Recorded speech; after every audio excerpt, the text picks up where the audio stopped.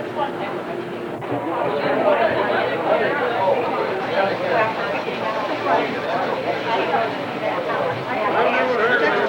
meeting a ladder to get the head before.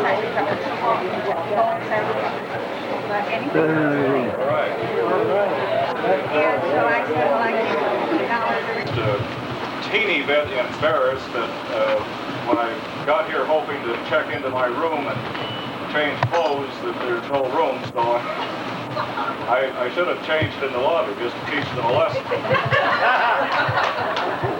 Anyway, we have a full meeting tonight, and I want to get things underway as expeditiously as possible so we have plenty of time for John Hogger's fine program. Let's see, does anyone have any, is there anyone that we should know about that maybe is sick or something that we, I hope not. Good, excellent, we're all healthy. I like to hear that. Do we have any old business that... new business. Pardon? I have new business. New business. Okay. How about a secretary's report? Our last meeting was at Will Gearhart's home. Opposed? The secretary's report is accepted. Doreen, how about a treasurer's report? For the month of August, our income was $422. Also on income, we made $44 on the silent auction. The candidates as enumerated there. Is there a second? All right. All those in favor, please say aye. Aye. Opposed? We have 14 new members. That brings us up to what now? About 785. 700, okay. I thought we were getting close to the 800 one. Are any of these new members present? Anyone here, maybe? No. I am given to understand that we do have quite a few people who are here for the first time. See, does any member have a guest here that you'd like to introduce? Yeah. Well, I'd like for Joan and Robin to introduce their guest, would you please? And tell us how you came to know them. My nephew, Dan Zeman, and he's going to be a future phonograph collector, I think, shortly. Next to the pieces, right? And we'll going to lend us a hand with the presentation we have tomorrow. Seminar. Very well. Welcome. Joan, would you introduce yourself? Maybe tell us where and how you got the Okay, I'd like to introduce Bob and Vicky, and pronounce your last name. It's a ski on the end, but you're pretty good with that. Go on, Pieski. And I met them in Appleton at our antique hall. And of course, I was working away, and they kept coming back, and finally I said, "You must be interested in phonographs." And they said, "Yes, we are." And I said, "Well, you belong to Max." And they said, "What?" I said, "Where are you from?" They said, "Michigan." Anyway, I said, "Come here this weekend, and you'll really enjoy it." So they're going to be new members.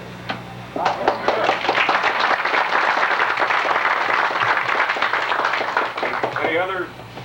Yes, we have another man who is here for the first meeting, and he's going to join on our maps. Sitting right over here, L.J. Dickerson.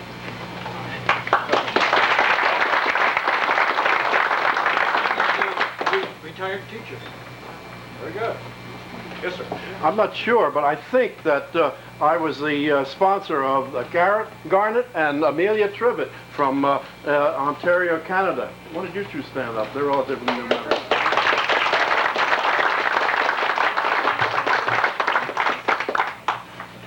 This is Leslie Fisher, to my left, from Saranac Lake, New York, who joined Mass in January. This is her first.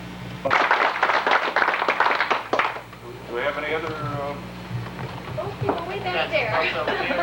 people way back Yes, there? folks here from Pennsylvania. Pennsylvania.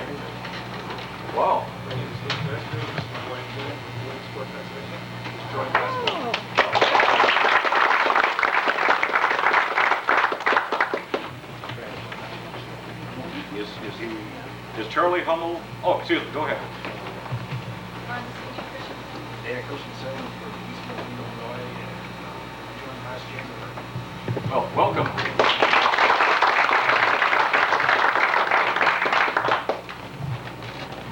Well, if I can toot my own horn, my name is Lawrence Parrish, and I'm from Overland Park, Kansas. This is my second meeting. My first one was in Union last year, and I made a joke that my wife probably wouldn't let me come back to Union because I bought 3 phonographs. You might remember that. I had high hopes on having my wife here this year with me. We had vacation plans set up and flight plans and everything set up a long time ago, and we didn't get attacked by the floods you might have read about much, but we were attacked by the floods, and she's at home keeping the looters out. And I'm not kidding. So, I'm sorry my wife couldn't make it, but I'm here. Kansas. And if any of you curious, I do have a wish list. I would really like to. Jeff Young from Green Bay, Wisconsin. This is my second Phonovention, but it's my wife Tanya's first Phonovention. Well, welcome. And we're also to all who may read this document, greetings. It is hereby certified that upon the recommendation of the Board of Directors of Michigan Antique Phonograph Society, Lansing, Michigan, that members in the state of Wisconsin have expressed a desire to form their own chapter of maps, so they might encourage the collecting and restoration of antique phonographs and records and allied memorabilia. Therefore, Wisconsin shall be known as Chapter 2 of the Michigan Antique Phonograph Society. Would the representatives of Chapter 2 please come forward?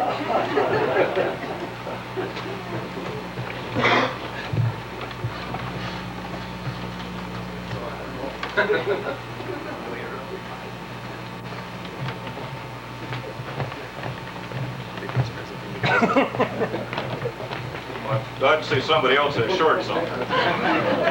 Great. Well, Jeff Young and Robin Rowe. As those of you who haven't met Robin, may I present you your charter as Chapter 2. Yes, an official grip and grin.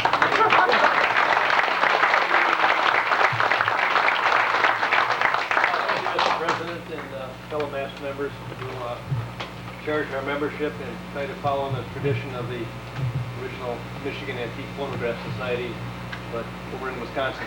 Thank you very much.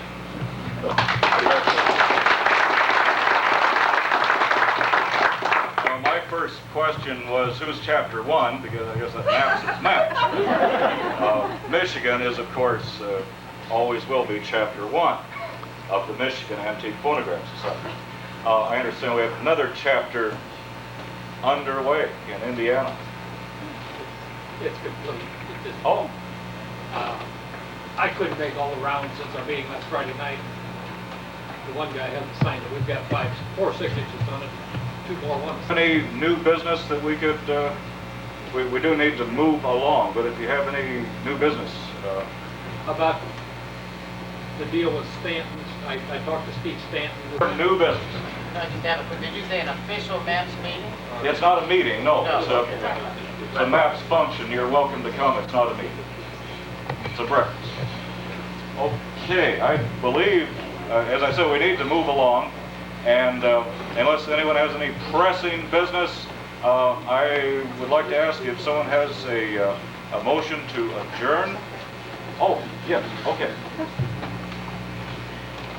This is a month when we give a report from the nominating committee for nominations for officers for 1994.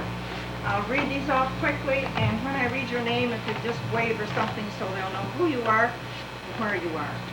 Nominated for president, David Abfolder. Dave here.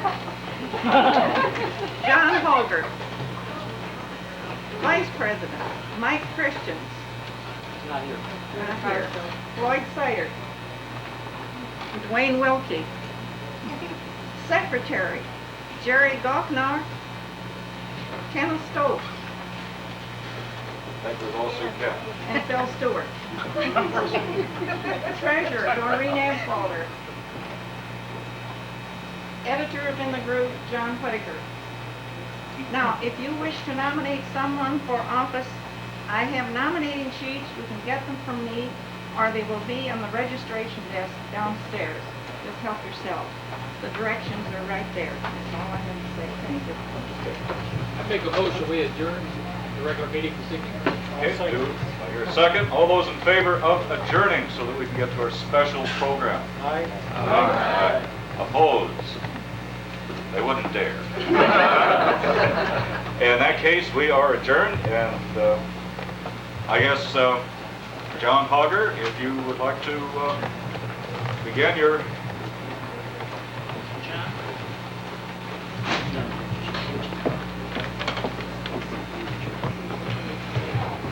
Well, good evening.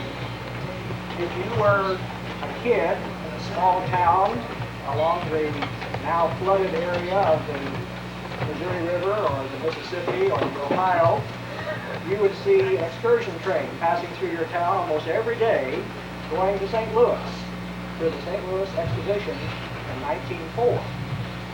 And this advertisement here from Victor is a 1904 grand prize announcement that they have won, as it says, the grand prize over all other talking machines at the St. Louis Exposition. This is the first prize and the highest award given. You're shaking your head. The victor was also awarded the first prize at the Buffalo Exposition in 1901. I don't have my glasses on, obviously. This proves that the Victor is the best talking machine. It is also the greatest musical instrument in the world. Signed, the Victor talking machine in Philadelphia. Well, according to the writings in the book called From Tinfoil to Stereo, the 1904 exposition was kind of a springboard for the phonograph. It put the phonograph on the map. It got us into the picture of the public eye to the extent that well-known artists were making records at that time. Enrico Caruso had started that. There was Nellie Melba. There was Adelina Patti about that time. And a few others. And so the phonograph had kind of found its niche in society.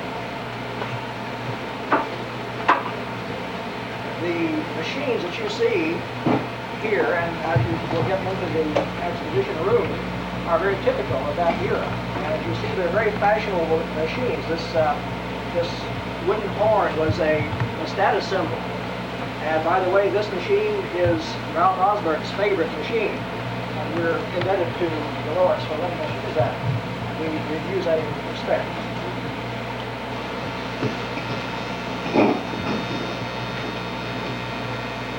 Is this better? Can you hear me? Okay, good. The records we have here on the table, if you'll have a chance to look at, talk about the grand prize. Columbia claimed the grand prize too.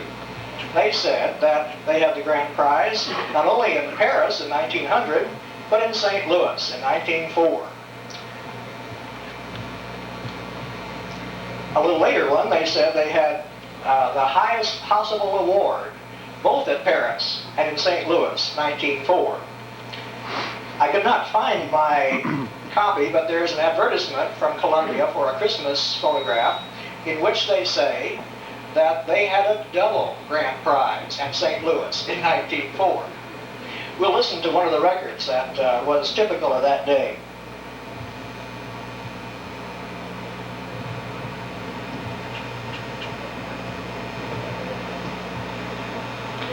This one here probably is the most appropriate. Jasper, don't you hear me calling you?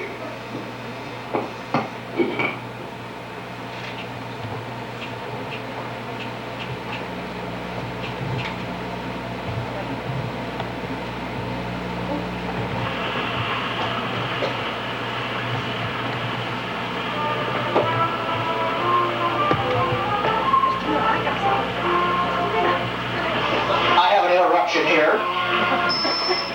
Are you going to turn that music off? I have something important for everybody. Really important. Well, I don't like to get around in people's attics.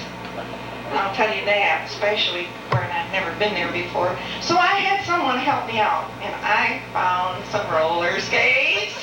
Believe it or not, these were used at the Roller Dome about 40 years ago. And I'd like to have the people that own these roller skates come up here. Right now.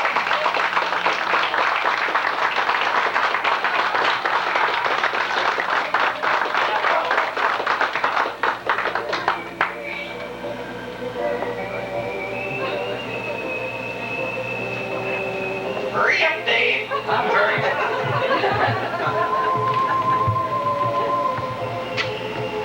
You know, Dave and Doreen Fuller are a wonderful couple. They were charter members of MAPS. They're contributing members to In the Groove and have been since its beginning.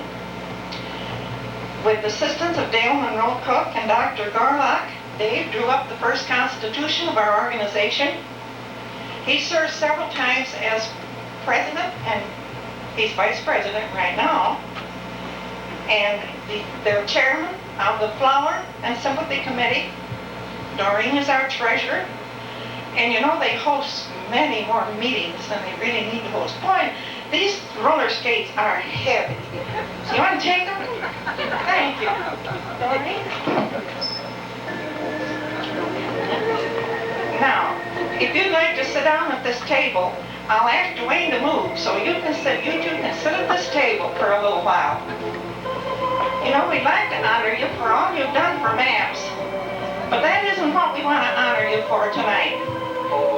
Dave and Doreen are having a 40th anniversary. When is it, Doreen? Sunday. Sunday, okay? And to honor them on their 40th wedding anniversary, Dave and Doreen, this is your life. Dave,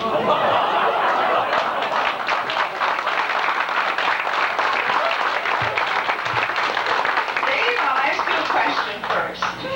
Now, have you lived in Grand Ledge all your life? I ain't lived that long yet. Well, up until the present time. Were you born in Grand Ledge? Hi, Dave. Born and brought up in Grand Ledge? Hi, Dave. You recognize that voice? No. Well, who else? Right close by.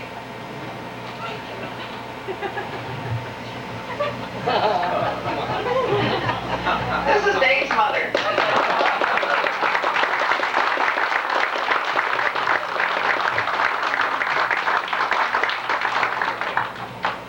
They asked me to say something about you.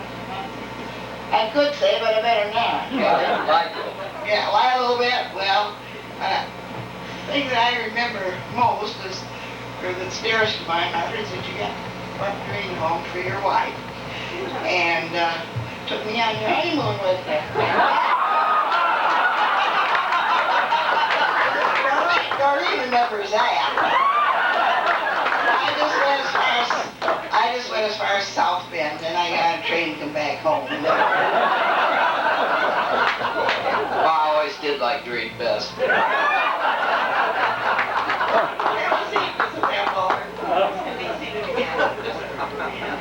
Now, Doreen, take it back. Doreen, where were you born and brought up? Where'd you live as a little child? Around DeWitt area. Around the DeWitt area. Okay. Doreen? Yes, Mother.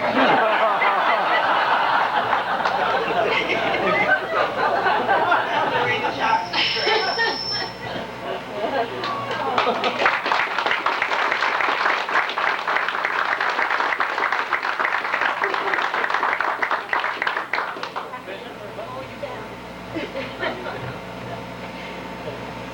Okay.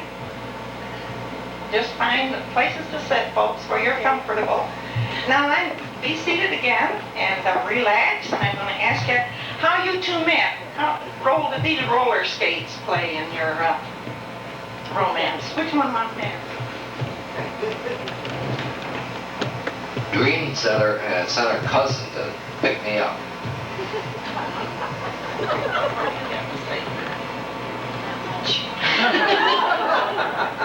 Well, did you roller skate together? Oh, yes. Yeah, about 7 times a week. I understand you were married in Indiana. What's this about you're making Doreen walk across the state line? Is there something about that? It's against the law. It's against the law to take a girl across the state line for what I have. Okay. Doreen, you wore a blue dress and had a single orchid? Okay. Dave, did you have a new suit? Let me tell you something. Dave went to J.C. Penney's to buy a suit for his wedding, and they were all too big. He had to go down to the boys' department to buy one.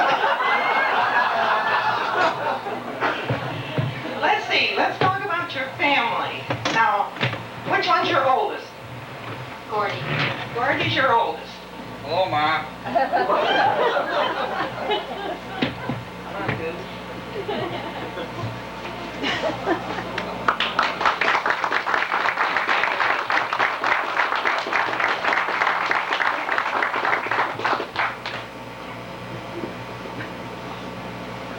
Gordy and his wife and their beautiful children. God, Gordon, seems like he's got dressed up. How about you?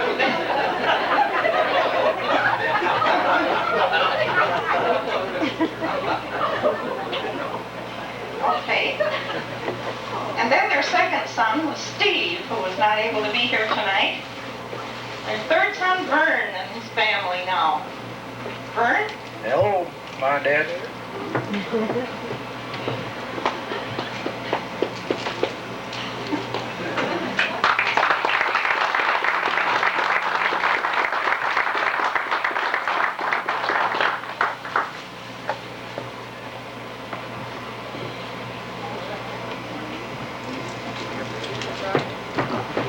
And then after 3 boys, they had a delightful daughter, Julie.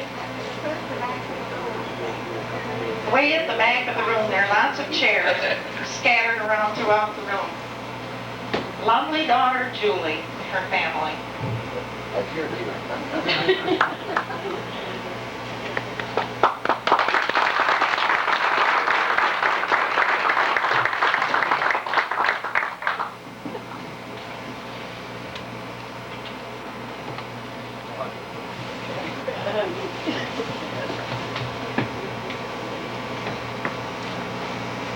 Okay? Now, Dave, do you have brothers and sisters? Yep. How many? Give me their names. Oh, Danny and Mary and Debbie. Danny and Mary and Debbie.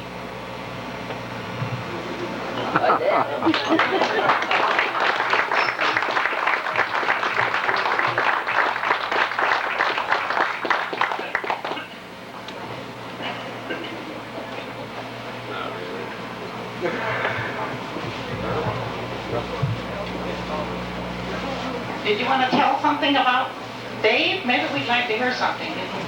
Danny's my little brother. He saved my life once. Did he? Yeah. But I got even with him about 10 years later. Okay, now Doreen, what about your family? Do you have any brothers and sisters? Lots of them. Lots of them. Yeah. Let's see, there's Bob and Sharon and Lois and Don and Ron, is that right? That's pretty close. That's pretty close.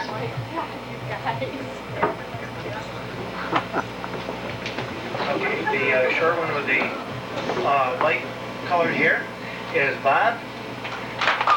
Next is Sharon. This is Sharon. And her husband Charles. And Lois with the light colored hair. Oh, I guess they all do, okay. Lois. And the baby of the family, Ron. Ron. And I'm Don, and this is my wife, Joan. Okay. We're the six-pack. The six-pack.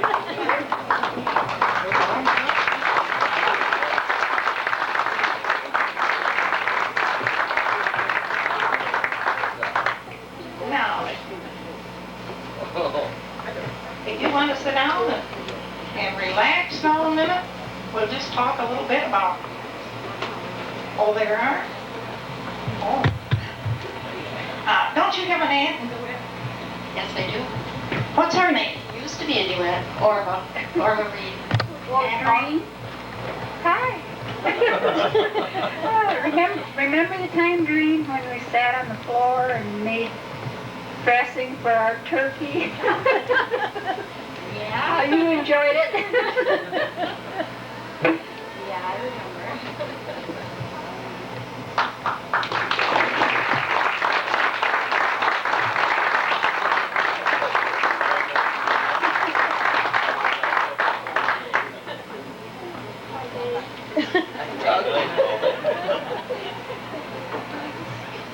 Now, didn't you two have another hobby besides roller skating? Didn't you do motorcycling? Yep. We was real involved in motorcycling for several years. Did you travel a lot around the country? Where are some of the places you visited? I think the furthest place was Yellowstone. Otherwise, it was every Sunday somewhere. Did you ever have any real exciting or narrow experiences on the motorcycles? Lots of them. Okay. Uh-huh. Does the name D. Tabor mean anything to you? Yeah. Hi, Doreen.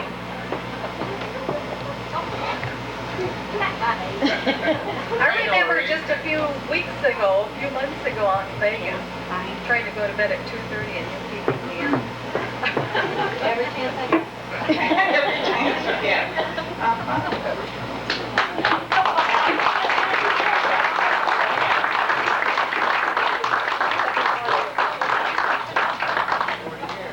I guess we're the other half of the motorcycle group here. Oh. Go on in. Come on in and meet everybody.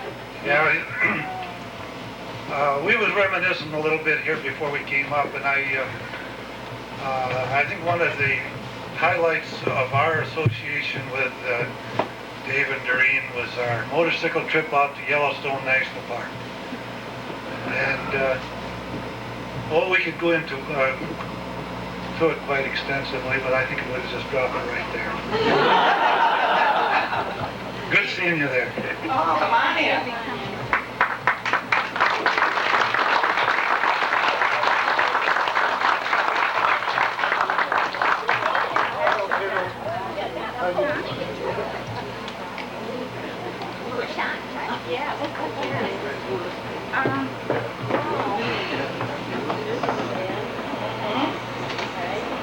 Oh, isn't this nice to have so many of the family and friends to recognize their 40th anniversary as well as the members in MAPS.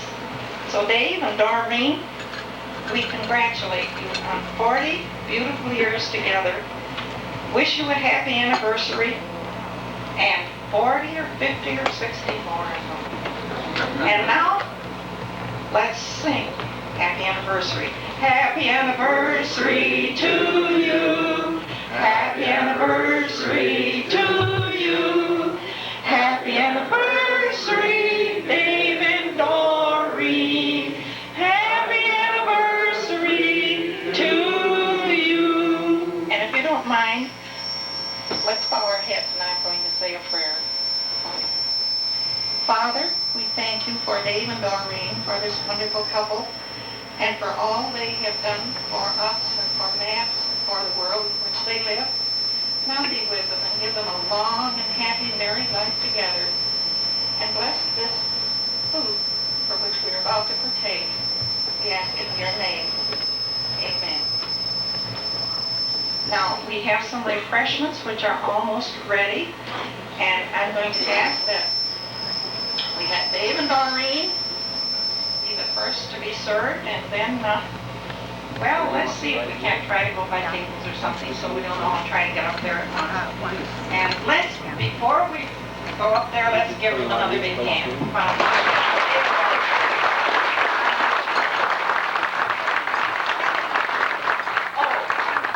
I have one more thing. Hand me those pictures back there, would you? I think that would be nice to do that. Someone was nice enough, in fact it was Phil Stewart, to have enlargements made of Dave and Doreen's wedding pictures. And here they are. We'll lay them out, you can all take a look, and Dave and Doreen can have them to take home. And Doreen has something to say. Our anniversary date was pretty lucky for us, and I'd like Julie and Bill to stand up. They chose our date for their wedding. They'll have 12 years on Sunday. Wow.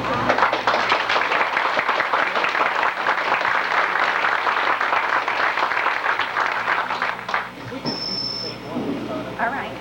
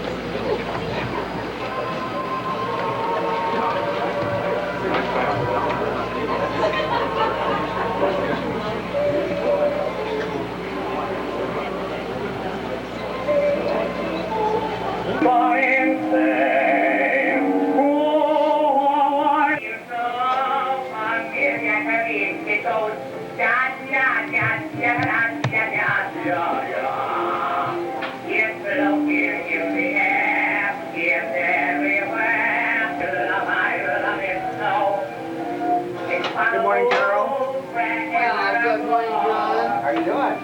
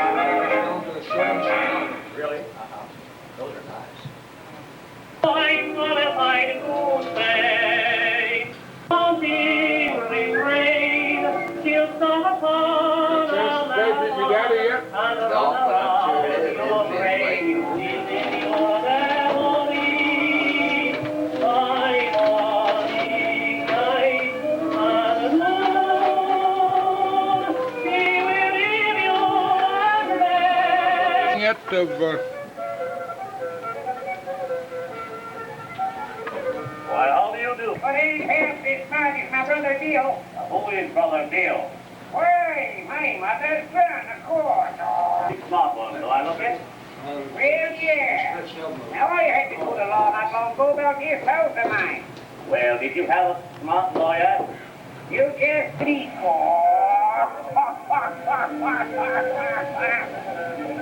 Hey, for pity's sake, why don't you play the rest of that too? Well, I just reckon there ain't no man living smart enough to do that. Oh, yes, there is. Now, I think I can if you'll let me. Ah, thank you.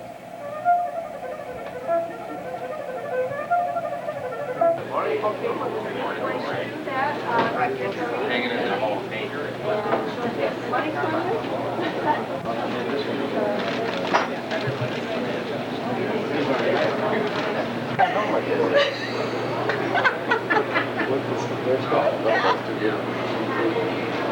Politics right now.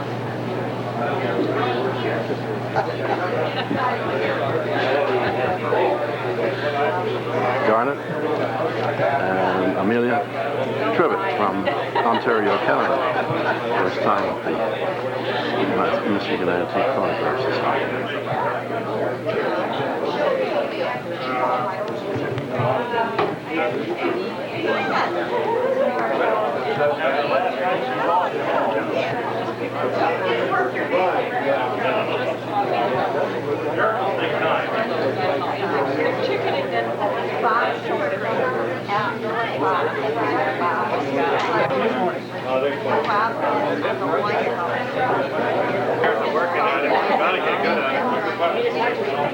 But individually or what? Yeah. Only a couple of bucks. Going what?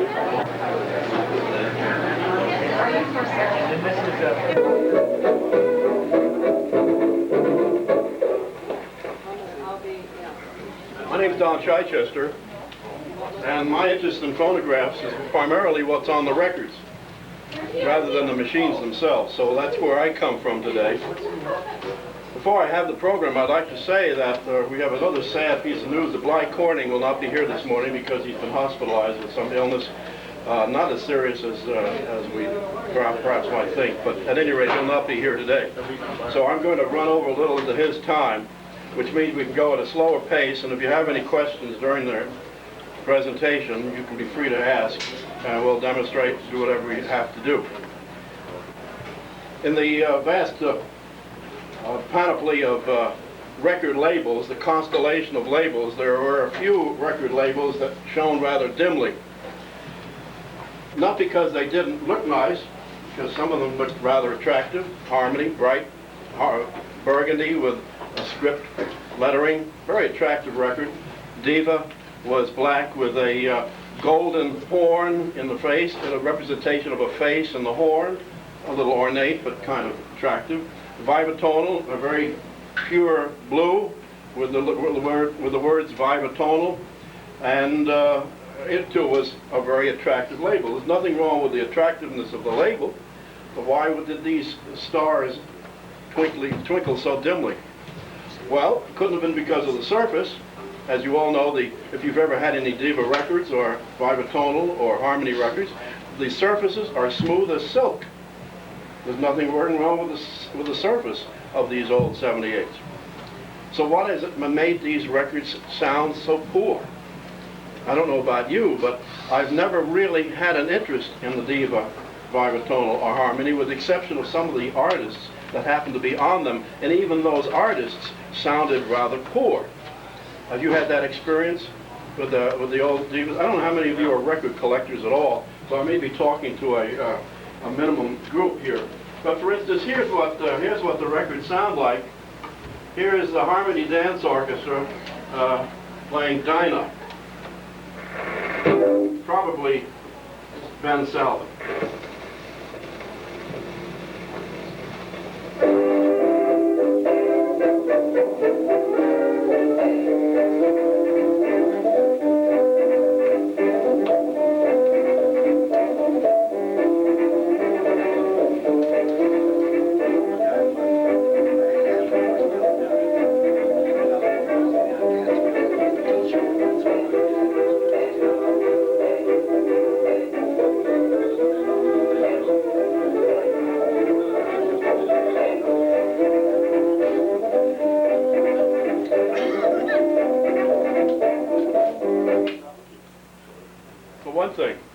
Boxy, acoustic.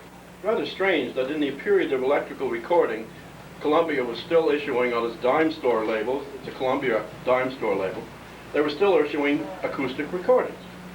Boxy, constrained in the sound, tempo, too much oompa, oompa, oompa. One wondered how one danced to that and enjoyed themselves dancing to the kind of rhythm, tempo of that music. The argument I've heard that Columbia used in order to make this kind of record saleable was that they had initially invested a lot of money in a new acoustic system shortly before the introduction of the microphone. And rather than scrap the whole system, which was pretty good for its time, probably state-of-the-art for acoustic, they decided to release acoustic recordings on a dime store or a series of dime store labels, Grant's, Kresge, and so forth, using the acoustic method. They may have had a good reason for doing this, because electrical records played on the old acoustic wind-ups, the Victrolas of the day, did not sound too good, especially if they were not adjusted correctly. They tended to distort. And so people held their noses on these new fangled recordings and bought the acoustics, because not being recorded very loudly and not with all the harmonics and the sound level, they were able to hear a good record at a fairly reasonable price, because they were sold, after all, at a dime store. The question is now, what is it that made these records sound so poor, and how can we revive the diva and the harmony and the bitonal and bring them back to what I think is what they sounded like and should sound like to the average listener today. I admit this is rather subjective. It is extremely personal. It is a simple method, and it may not meet with your qualifications. However, I must add that in doing this research on this, I came up with some interesting insights, and I'd like to share them with you in the next maybe 45 minutes, maybe an hour or so. But as they say on the Monty Python show,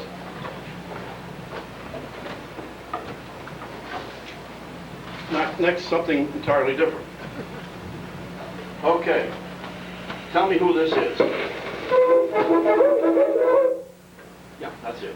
Go ahead and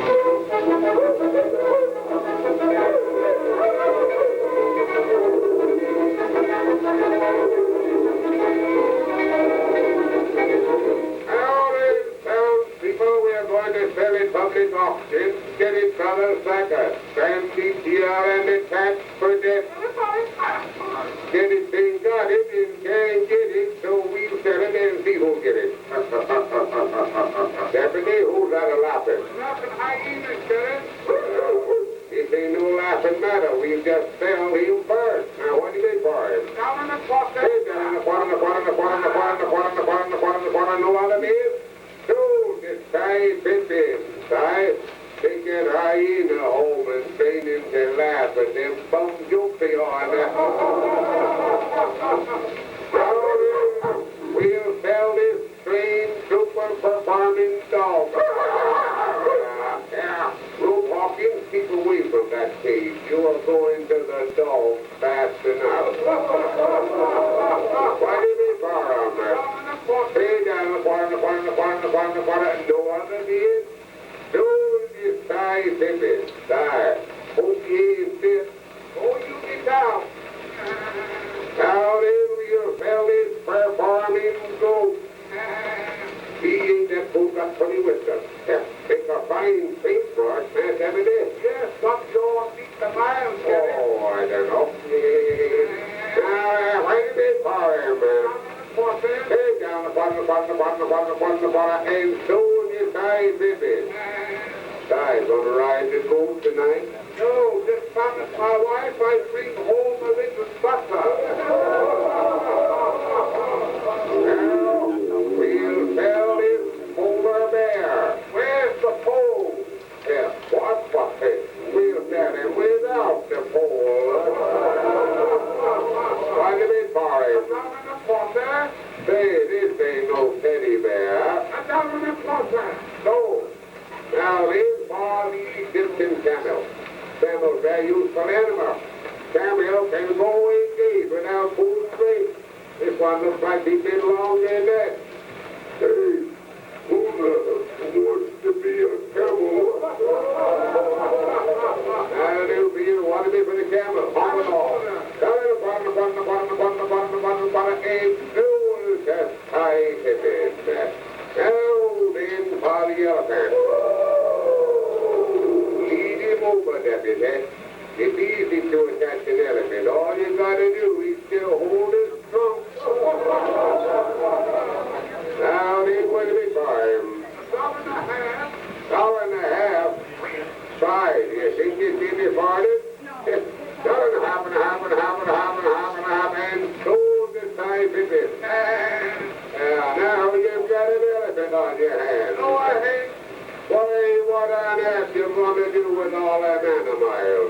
But if you no study, I'm going to present him to the town for a zoological park. And I'll hire this circus band for the opening. Hooray for the sheriff!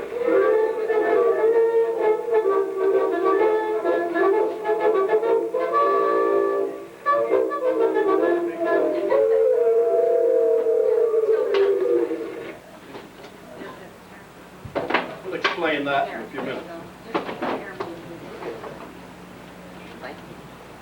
Now my theory on why Diva, by the way, I might point out, for those of you who don't know, almost all of these records were issued on all three labels. Almost all. Depends on when they were started. They all started in 1925 with the advent of the electrical recording system. And that's why a lot of people feel that it's because Columbia wanted to use its old equipment up, that they continued with the dime store label using the acoustic method, while in another studio they were recording some pristine, beautiful stuff with electrical recording. Some of the early vibratonal recordings are just gorgeous. Why don't these sound like the vibratonal, even though they're acoustic? We know that Victor and some of the other companies were issuing some delightful music. Why do these records sound so poor? Why did that earlier recording I played sound so poor? Well, I present to you my solution.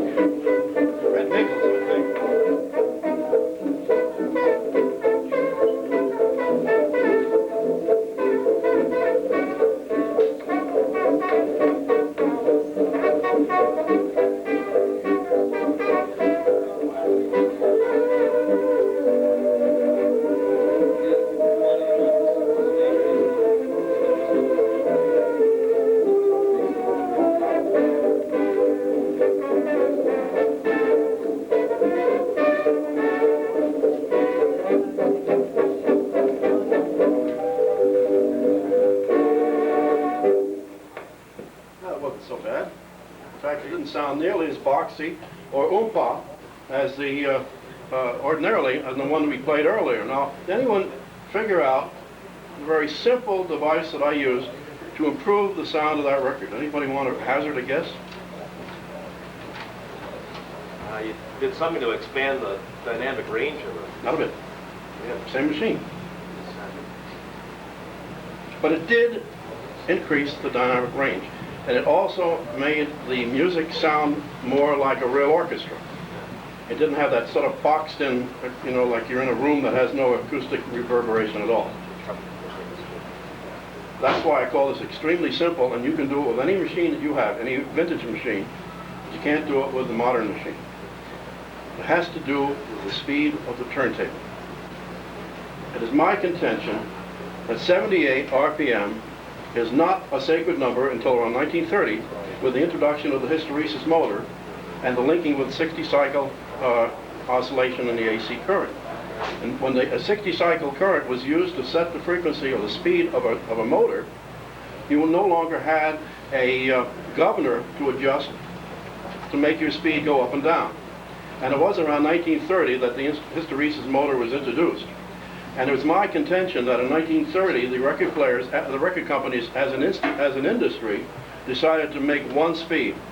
And from then on, there's 78.26, I believe it is, because of the certain ratio of gears in order to come down from the set speed of the motor. Which means, theoretically at any rate, that 78 may not necessarily have been the speed of the recording turntables initially. Now we all know that some records were made, especially in the early days, were made at odd speeds, usually slower speeds. Now that recording you heard, you know, the auction sale of the animals, who was doing that, you know? Harlan. Pardon? Len Spencer. That was Len Spencer, quite obviously Len Spencer. And some of the other, you could even hear Harlan was doing part of that too. I played that at 68 RPM. This I just played at 72 RPM. When I first discovered this, I didn't have any means by which to check it except my ear, which is not that bad. What I think somebody called relative pitch. If somebody hits a note, I can't tell you what that is, but I can tell you what a whole half tone off is. And it's my contention, which I'm going to try to demonstrate through this period, that the recording companies misled us by telling us to play our records at 78. Why they misled us is another question. And the first reason I mention that is because I'll refer to Moran, William Moran, in his book on the Victor Masters. And I photocopied a page out of his book. The question of correct playing speeds for 78 recordings has been a vexatious one for many years. He mentions a few that were off speed. He says here, while the problem was well understood by the companies involved, the great mystery is why a standard speed was not established by the two major and associated record companies, and why incorrect information on the matter of speeds was served up to the record buying public on both sides of the Atlantic. By February 1912, the gramophone company general catalog gave the speed of every recording in England, and there was a notation at the bottom of each and every page. The figures and brackets at the end of a selection indicate the speed at which the record should be played, unquote. But one wonders where they obtained the figures they printed in their catalogs. Seldom is a correct speed given. As an example, the customer is told to play certain Caruso records at 81 when they are in score pitch at 75. In the Americas, when these identical recordings were offered by Victor, the May 1912 catalog carried this statement, and you see it in the catalogs. All records should be played at a speed of 78. Every record is recorded at this speed and requires a speed of 78 to reproduce it properly. Set the regulators so that the turntable of your Victor revolves at 78 times per minute and never change it, in italics. You will, of course, meet the man who insists on turning the regulator of his Victor up and down, thus changing the speed of every record he plays. Don't imitate him, he is wrong. Again, emphasis. Only at a speed of 78 can you hear the actual tones of the singer just as they were recorded, unquote. Victor carried some variation of this statement in every catalog. In 1913, they added, never change it unless for some special purpose, as when using the records for dancing to suit the exact taste of the dancers. That's an interesting clue. In November 1915, they added, taste of the dancers, or when the maid has dusted your victor in the morning. In November 1916, they added, when using the Victrola and piano together, it is occasionally necessary to change the speed to get the two instruments exactly in tune, and sometimes the dancers wish a little variation to suit the steps. And the maid sometimes insists on polishing the regulator screw. If you know those regulator screws, no amount of dusting is ever going to change that regulator screw. In May 1917, we have the same old paragraph, except that we are told to play all Victor records at 76. This is not merely a typographical error. It is used twice in the paragraph heading, spelled out in the text, and again the paragraph concludes only at a speed of 76. Can you hear the actual tones of the singer or player just as they were recorded? Again, emphasis. The July 1917 issue of Voice of the Victor ran a correction saying this statement was an error. And in November 1917, we go back to the old words, but again, all records must be played at 78. It stayed at 78, although as a sign of the times, we lose the reference to the maid. Through 1925, even after the introduction of electrical recordings, which initially appeared to be standardized at 75 RPM, the public is told to play these Victor records at 78, although the language is not so strong. Why this insistence that the public play all recordings at speeds which the company knew were not consistent? Now that's an interesting question, because I've come to the conclusion that bat wings are mostly recorded at 75. And the earlier one, the grand prize, some of them seem to be recorded at 73. But meanwhile, back to Diva. Let's listen to a few of them. By the way, the introductory piece of music I played for you as you were coming in, Don't Wake Me Up, Let Me Dream. That's by the Howard Lannon, Brother Howard, and his Ben Franklin Dance Orchestra, a Victor orthophonic recording, and I played that back at 70 RPM. Who was singing that other song? I'm not quite sure. It could have been Arthur Fields, I'm not sure.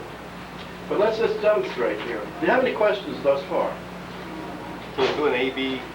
Pardon me? Can you do a comparison of, maybe you are, of playing a record at 78? I will, but it is jarring to the perception to hear these two speeds play next to each other. It's jarring. I'll do that. Okay, now here, for instance, is I Can't Give You Anything But Love, Lou Gold and his orchestra, Blackbirds in 1928. Now we're up to 28. And here's how it sounds at 72 RPM. This is well, it could be any label, any of those three. I will play it all.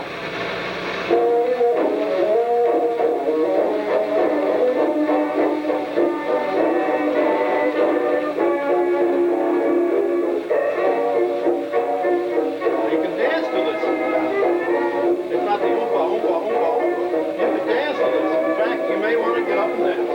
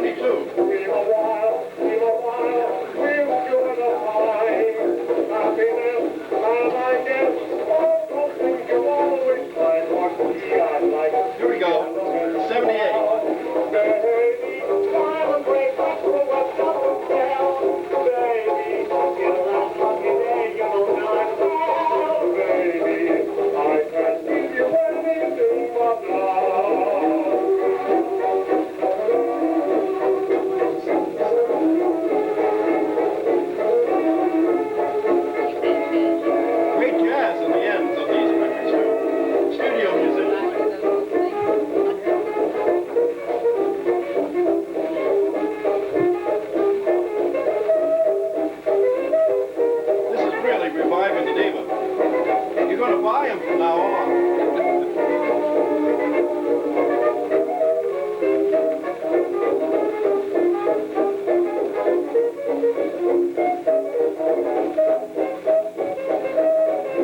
Go back to 78 once. What? Speed it up to 78 again.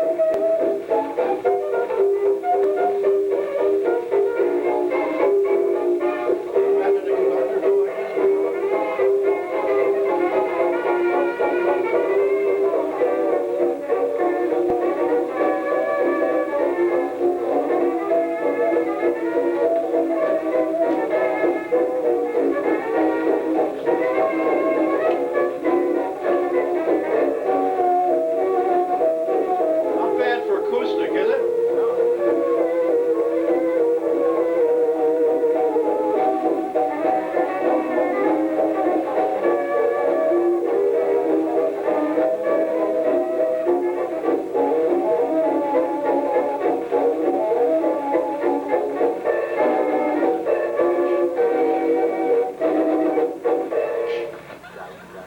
You know what? Now, It seems to me it brings some of those higher harmonics back down to yes, a listenable better level. bass, Yeah. not the oompa anymore. Actually, you mentioned earlier about the dynamics. It sounds like a band, a real band, instead of a caricature, both of the band and the music. Now, after I started doing this, I was starting doing this purely on subjective reasoning and my interest in music. And I then did some research and found out by plotting a variety of different speeds versus pitch that for every 4 RPM change, there's a half tone difference. Go up 4 RPM and you go up a half tone, go down 4 RPM, this is on average now, you will go down a half tone. And that means that you go from to here if you went up, or you go from here to here if you went down. That's a half tone. Okay? Now, pitches really don't matter too much. But when you slow a record down, you slow something else down. What's that? The tempo. The tempo. And that varies considerably. And so what I've really been demonstrating is not just the pitch so much, but the tempo. Bringing the tempo down to a reasonable speed for the dancer and for the average listener. Now, I mentioned earlier about that key, that clue about for dancers. It's my contention, by the way, most of this theory pertains only to dance music, not to vocals. Because you play a vocalist at a different speed and they do change, their whole intonations change, so you can't do that. So you find periodically on Viva Harmony and Vibratonal, Irving Kaufman solos, which must be played approximately 78, not 80, but 78. And similarly in the orthophonic and the batwing period of Victor, you must play them a vocal that's a soloist, play them pretty close to the speed at which you probably would be playing them anyway. But for dancers now, dancers did want different tempi. So they would slow their machines down. Now why would they record at a slow speed like 72? Why not record at 78 and let them slow it down? Well, that's because I believe, my theory, I believe that the musical instruments themselves begin to lose their timbre and they lose their tone. And when you play something 72 that was recorded at 78, it sounds rather strange. So for the record buying public who wants to dance, record it slower, so when you slow your machine down, you come closer to the original. I don't know if this is true or not, I have no way of proving it, but it would seem to me, in my investigation, I've played almost my whole collection now, and it's a fairly vast collection of dance music, that whenever you find in the record for dancing, that's a clue that it may not be at 78 RPM. Why in the world put the word for dancing on a record that's an instrumental?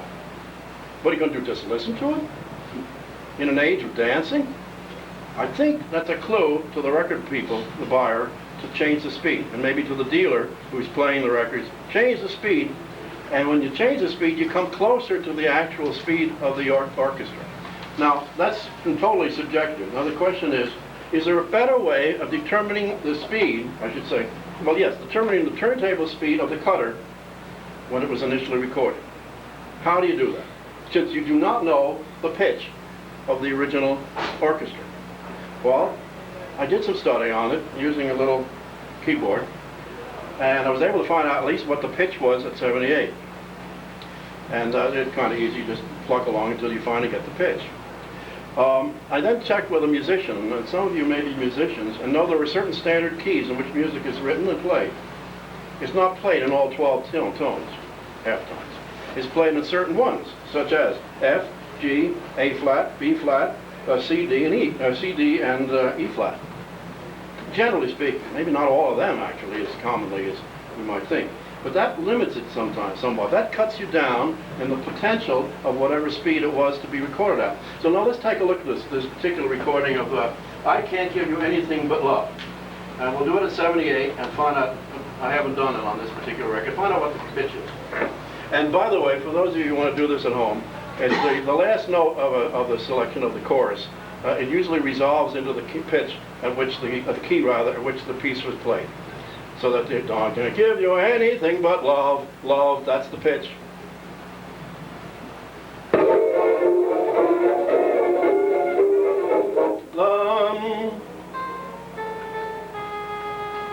Pretty close to A flat. Not quite, between A and A flat. Love, okay. Could be A flat. Then get down to 72.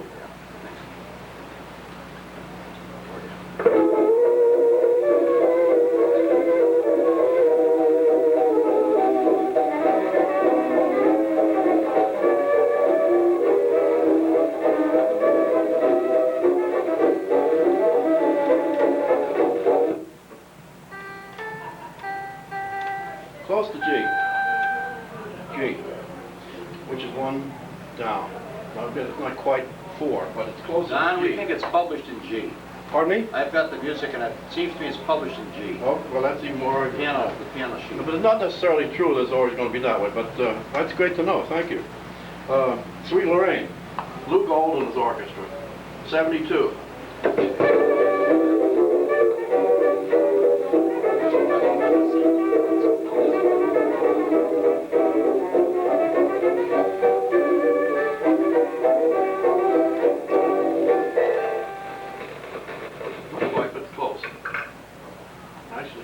Slower. Lou Gold, that was harmony from 1928, so even in the later period. Now I must say this, I've discovered also that gradually as the period gets closer to 29 and 30, the speeds of the dance records increases until when you get to the smaller label of these brands, you find that they are playing at the 78 RPM speed. Here's one, Red Nichols on a trumpet, and Irving Kaufman, 72.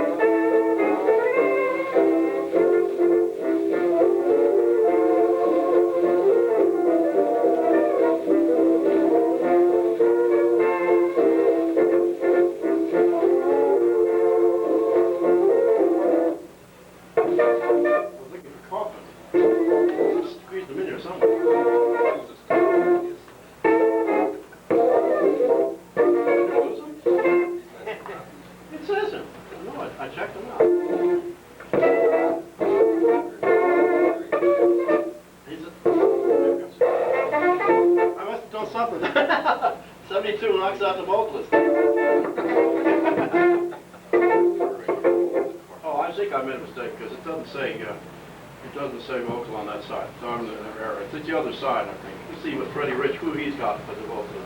And this is at 72. It's in D.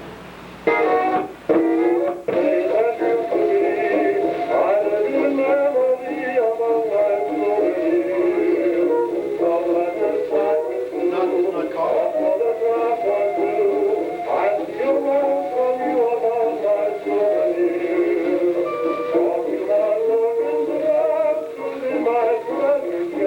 Check it on the vocalist on a dance record because they sometimes transpose for the vocalist and then they come back to the original So you can't test the frequency, the pitch with a vocalist.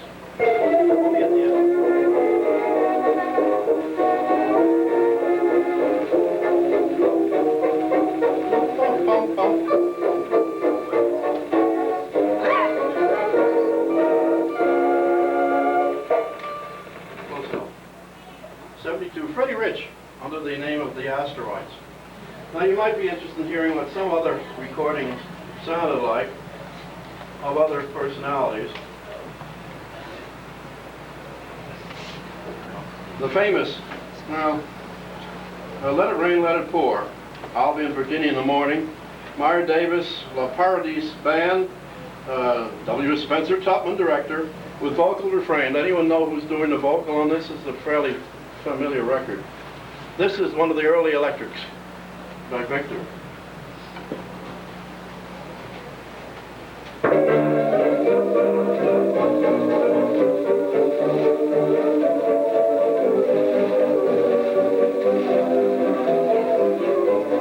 Anyone heard it?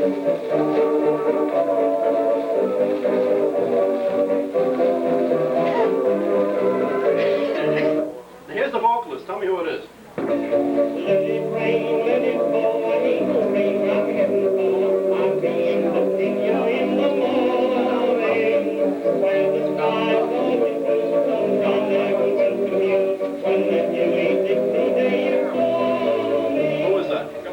Billy Murray. It sounds like Billy too. Actually sounds like his later recordings. He doesn't have quite the nasal sound. Here's what it is in 78.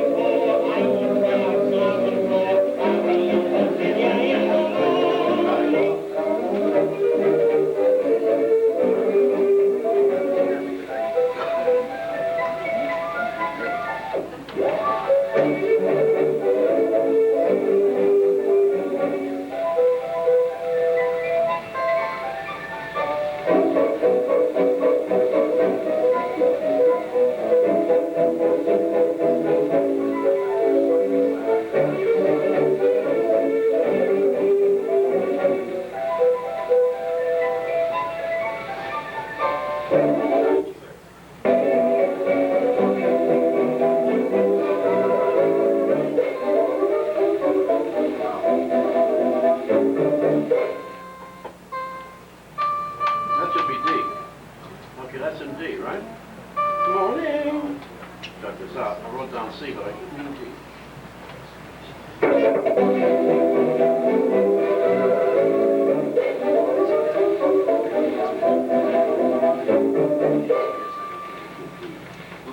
So that's 75. And that's a batwing orthophonic. Were they to label it such, it would have been a scroll. If I've been listening to Billy Murray played at 78 RPM, and then, if I now train myself to recognize the wrong pitch of his voice, or you don't know which his voice is, do you? Yeah, now I'm confused. I don't know. That does What's leave he an supposed to- open space, but we do have, fortunately, we have some electricals of the later period after 30, so we know what he sounds like. I had the good fortune of meeting Billy Murray a year before he died. I was a teenager at the time. He lived in an area near me, and had I only been a little more cognizant when I started collecting that some of these great artists were living near me on Long Island at the time, I would have been over to see them all, but I did get to see Billy Murray. And he sang Roll 'em, Girls, Roll 'em for me. And that was kind of nice, you know. He sounded his voice hadn't changed a bit. But now you talk about voices. Here's a voice. You tell me if this is the right speed or the wrong speed for this artist. This is one of his popular recordings. Well, date of 1911. Now, this is not a diva. I think I may have made my point on diva.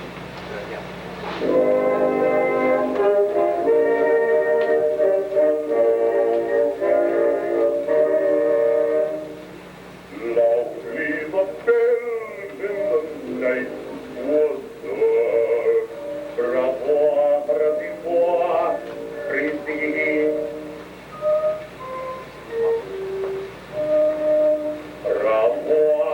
Revoir, revoir, revoir, revoir.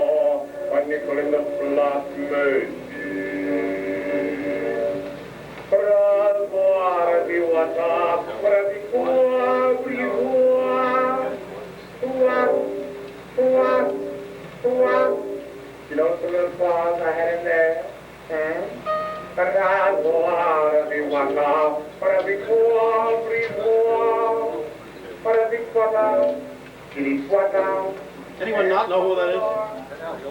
It's Alto.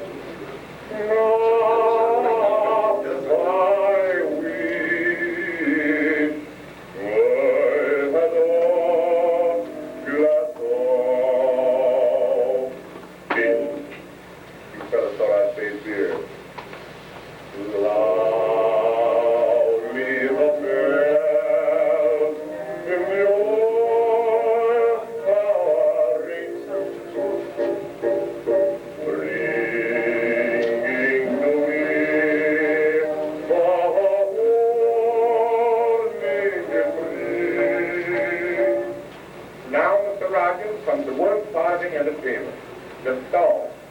I want a first-class song that sings on over. You understand? The lighthouse keeper's daughter is going to bring the man to the lighthouse some tea in the gondola. And just as he reaches the lighthouse, oh, up just a gondolier and bites the gondola. Now, are you ready for the song? Give it to me.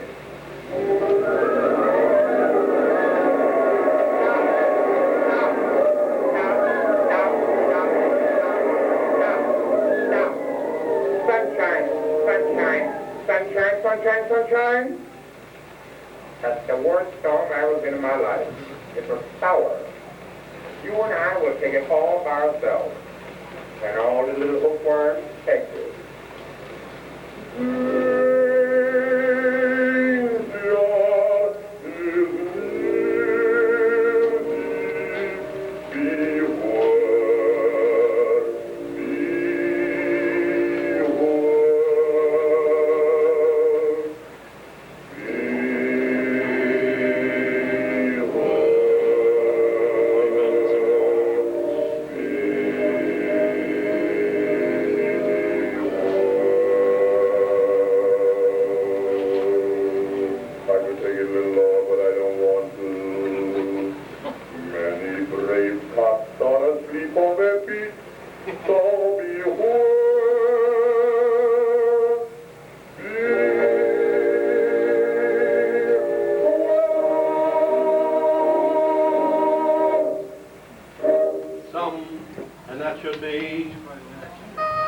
E flat.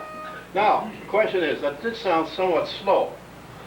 If we played it 4 RPM faster, we might get it sound a little bit faster, but then it would be in E, and not too much music is played in E. It's written in E flat, musical instruments being what they are. If you went up, and by the way, I played at a 71.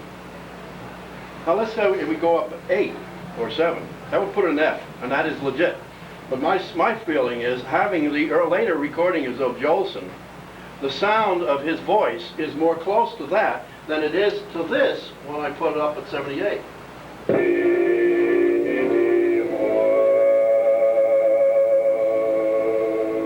It's not a good place to check it. Let me take it earlier.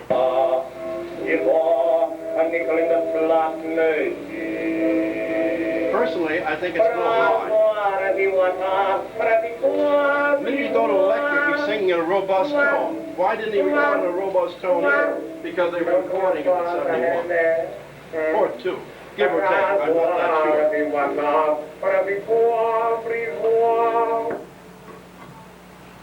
sure. What's the title of the record?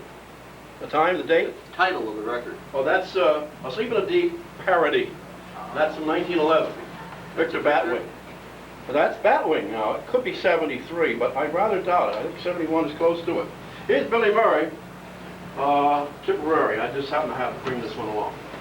And I'm going to play this at the speed I think it's at, and it's supposed to be at A flat.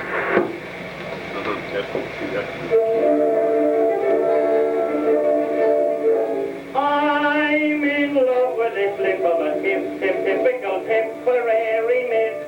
She's a regular slip with a rosy lips that you dearly love to kiss. From a tip of her toe to the top of her nose, I love her so. I'd like to just take her and squeeze her. I know that it wouldn't displease her, but she lives in Tipperary, many miles away from here. If I could just meet her to see her and greet her, I'm thinking I'd eat her, the little dear. But she's many miles away from here, and so I'll wait, I fear, till I take a notion and say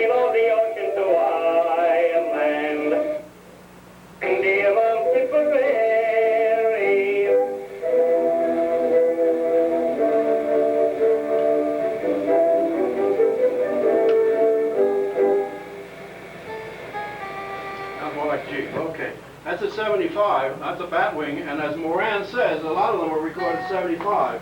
My feeling is they were almost all recorded 75, with the exception of some earlier ones. And is the Dennis not here? Okay, he'll pick up the later ones. All right, here, some of you may collect the gems. Any of you collect the gems of the various musical comedies on 12-inch? Well, some people don't bother with them because they sound so terrible. Well, I think I saw that. Here, The Doll Girl, Kern and Smith. I know the Smith. Who's the Kern? See if this sounds a little better.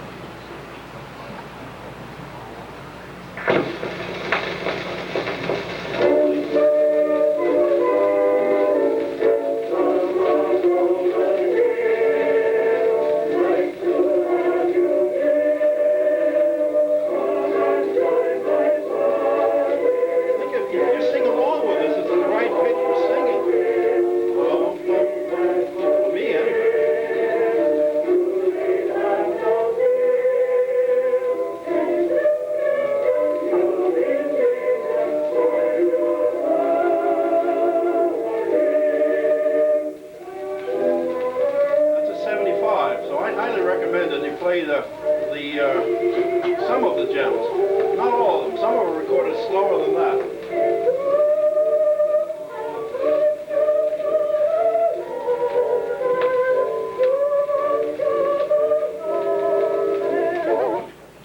Here's another recording of that same vintage. This is Snyder's successes, songs by Snyder, at least published by Snyder. You'll recognize they're not all written by him. And it's a Victor mixed chorus. And listen to this recording and pick out now who's singing on it as we play it at 71 in F. Single-sided, so it's an early one.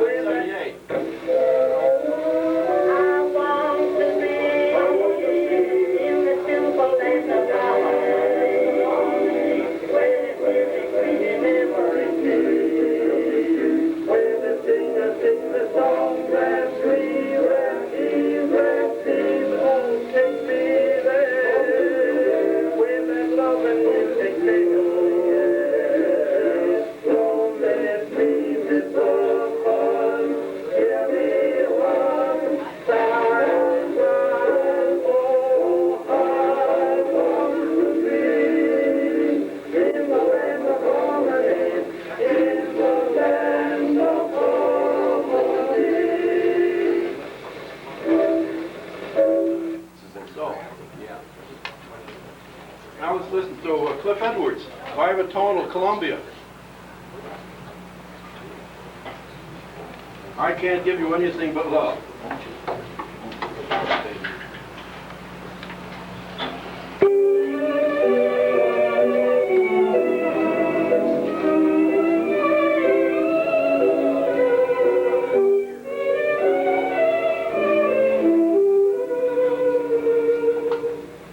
Gee, but it's got to be broke, kid.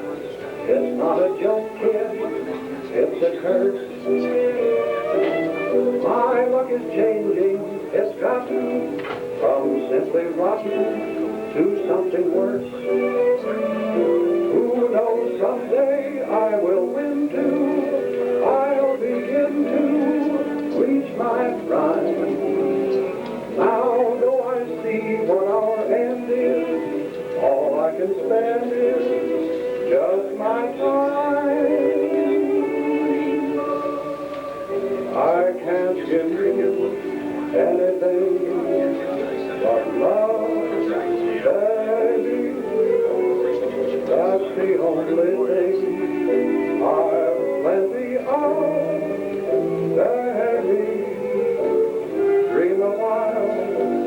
scheme of life, we're sure to find happiness, and I guess all those things you've always tried for. Gee, I'd like to see you looking swell, baby. Diamond bracelets, your work doesn't fail, baby.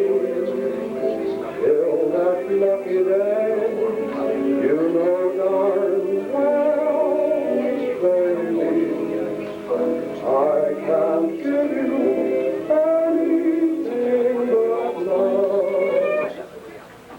Now, if it's at 74, it's in G. If it's at 78, it's an A flat. It could be. Someday I will win too, I'll begin to reach my prime. Now do I see what our... Maybe. Now you turn the record over, and you have the same ambiguity. At 74, it could be in D, or at 78, it could be in E flat. That's my weakness now. You're somewhat stumped on Columbia bitonal, but I would say this, that almost all of the bitonal and the preceding flag issues, the golden label, are 74 RPM. And you play them at 74, they'll sound pretty good. Now here's a Cliff Edwards that goes back to 1924. It's the acoustic method on the perfect pathé. And it had to be you. That's a good one. It had to be you in A flat.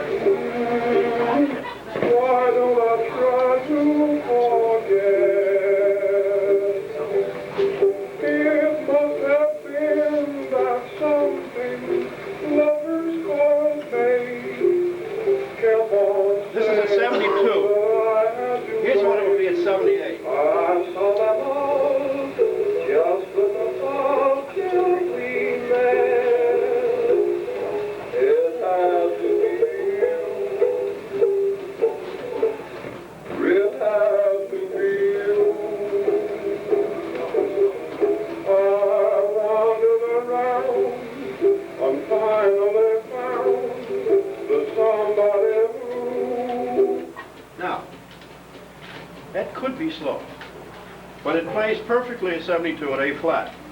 Now, if it's not 72, then you go up 4, and that becomes 76, and that becomes A, and very little is played in A. Now, if he had his capon on his mandolin or his banjo, whatever he's playing, what is he playing? Ukulele. If he had a capo on it, he might be playing it in a key that we can't ordinarily play in. But that would be A, and I don't think he's playing in an A. Now, if you went up 8, you see, you would then be at B flat. I'm not sure. I'm not liking it. So you take your choice. Now, here's one I've had for years. I love the song. Joseph Cawthorn singing a song by John Golden from the show Sybil, back in the teens. And perhaps you've heard it, and I'm going to play it in C at 71. And believe me, the song is much more enjoyable when you play it at the slower speed. You may recognize the words, for one thing. Very funny song.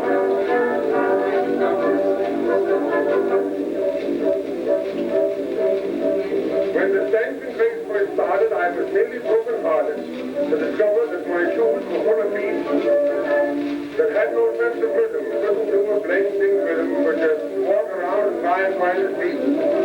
When I heard the music playing, my brain kept on saying, you must move like this, but one foot off the slate. I knew how I should do it, but I never could get through it, but my mind and feet would not associate. But now I'm dancing grand, to listen to people dance, but there's one thing that I cannot understand. I can dance with everybody, what's my life, without a step from start to be through. The problem is that she insists on leading me, as she does in every other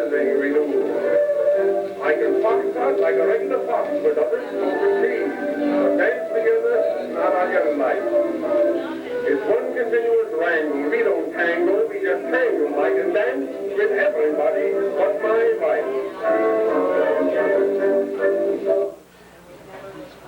So if you've got Joseph Kaufman, you might play at 71 RPM.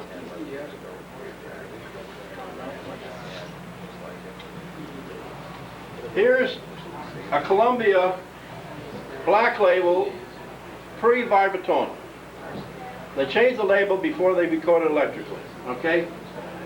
This is an acoustic recording with Ed Nichols, Tommy Dorsey, and Adrian Rellini, Don't Bring Lulu. The Little Ramblers with a vocal by Billy Jones, and I contend that it's at 72.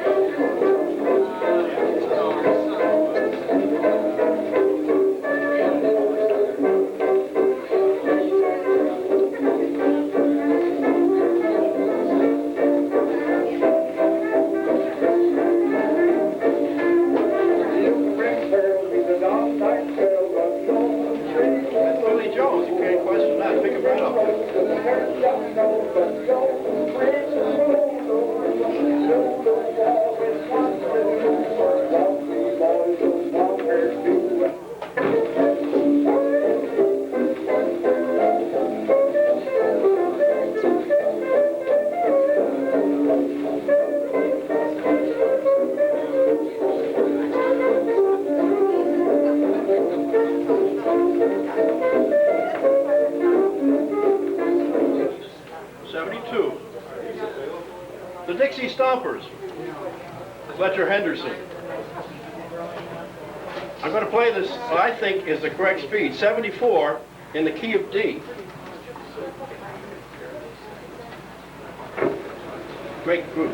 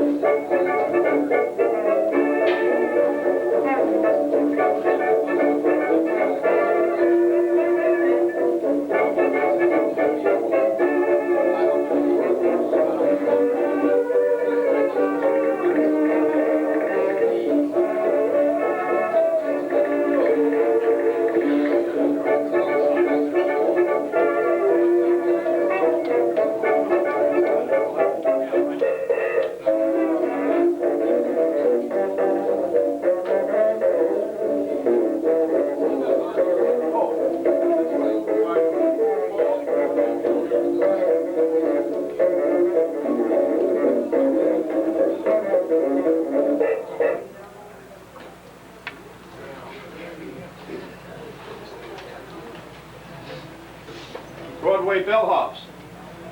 Get out and get under the moon. Plays an F at 70. You may argue with that, but let's see.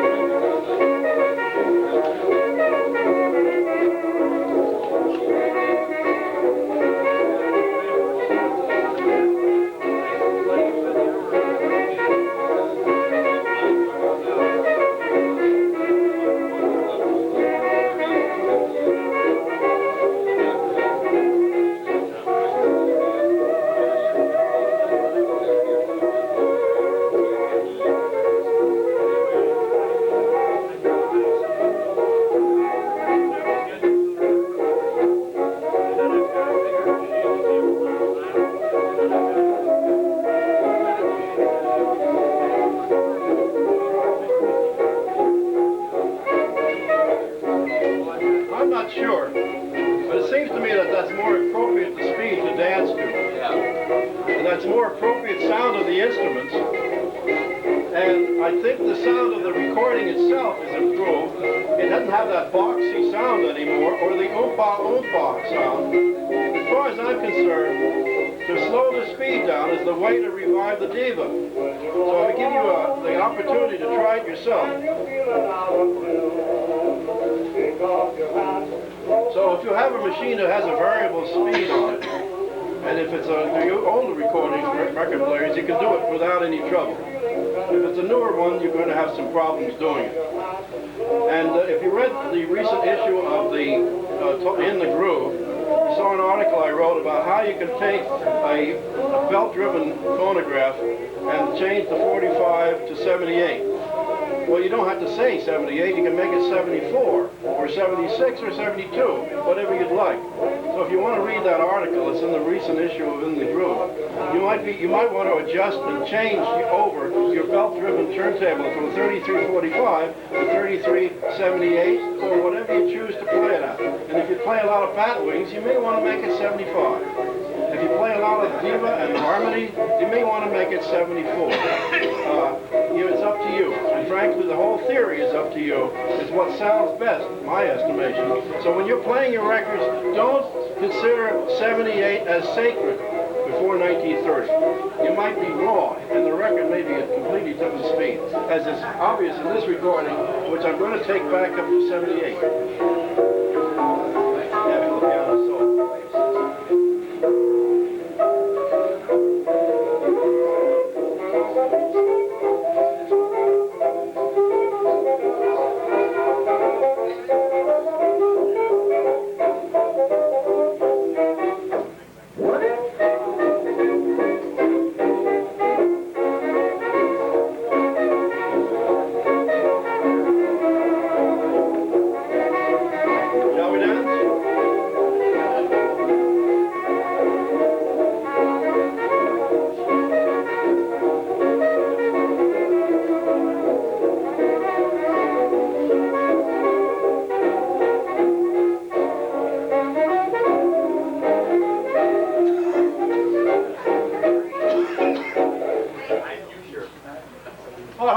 Some interest in you, and that when you play your records at home, you might try different speeds.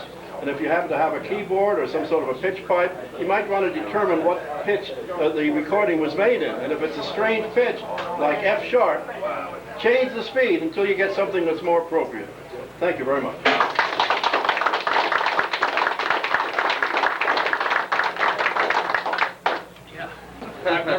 I've never put on any program to show what I do or don't know. To start the program, I'll get John and Howard here to pass out some tablets and some pencils. And what this is for is to keep track of if there's anything interesting you learn here and you say, well, geez, I should have jotted that down. Well, you've got a pencil and a pad, and you can do it. Thank you. I have a couple of those pants. I want to take one of those home. I go through this stuff. This is perfect for writing notes. Stressful. You got these notes. You're tassel. Yeah, I'll scratch that. Display or whatever a few months ago, I sat down and wrote up 3 pages of what to cover, an outline like I should.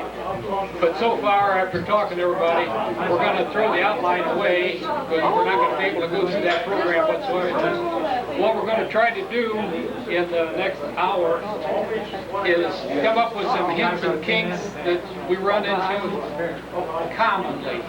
Now, one thing in my life, I've worked construction all my life, they are no dumb questions. A lot of people, and I'm just as guilty as anybody else, a lot of people think, geez, I'm not going to ask that. That's stupid. They'll think I've never seen a phonograph before if I ask them that question. That's not true. I learned something every day on these phonographs. There are no dumb questions whatsoever when it comes to playing with these things. So if you got a question or if you think it sounds silly, go ahead and ask it, because it's not silly. It actually happened somewhere from the time these things were invented to the time they was obsolete. So that's the same way in the construction business. There were no dumb questions there. So if everybody's got a pencil and a pad, we'll get started. What we're I'm going to start with first is turntables. A lot of people buy a phonograph and the first thing the turntable looks like this nice new one.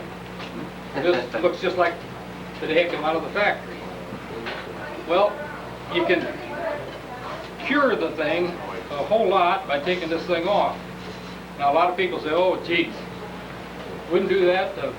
You just run the price of that phonograph down $100 once you did that. Well, it didn't look like a $100 phonograph that way. So we take it off. Take the thing completely off. It's an easier way of doing that than that. And that's a little old finger cutter. If you think these won't cut your fingers, leave them slip. I got scars all over. Take and scrape the phonograph, the turntable, in a circular motion with that razor blade, and that brings that felt right up out of there. There's some that's been re-glued at one time or another that the glue is a little bit rougher, and that you got to use a wire buffer or something like that on it, but it will all come off. You want to get from this ring out to this ring off, because that will show up when you recover the turntable. Takes you about 3 to 5 minutes really to get this off and get it cleaned off nice. We're going to do this one just a little on the quick side.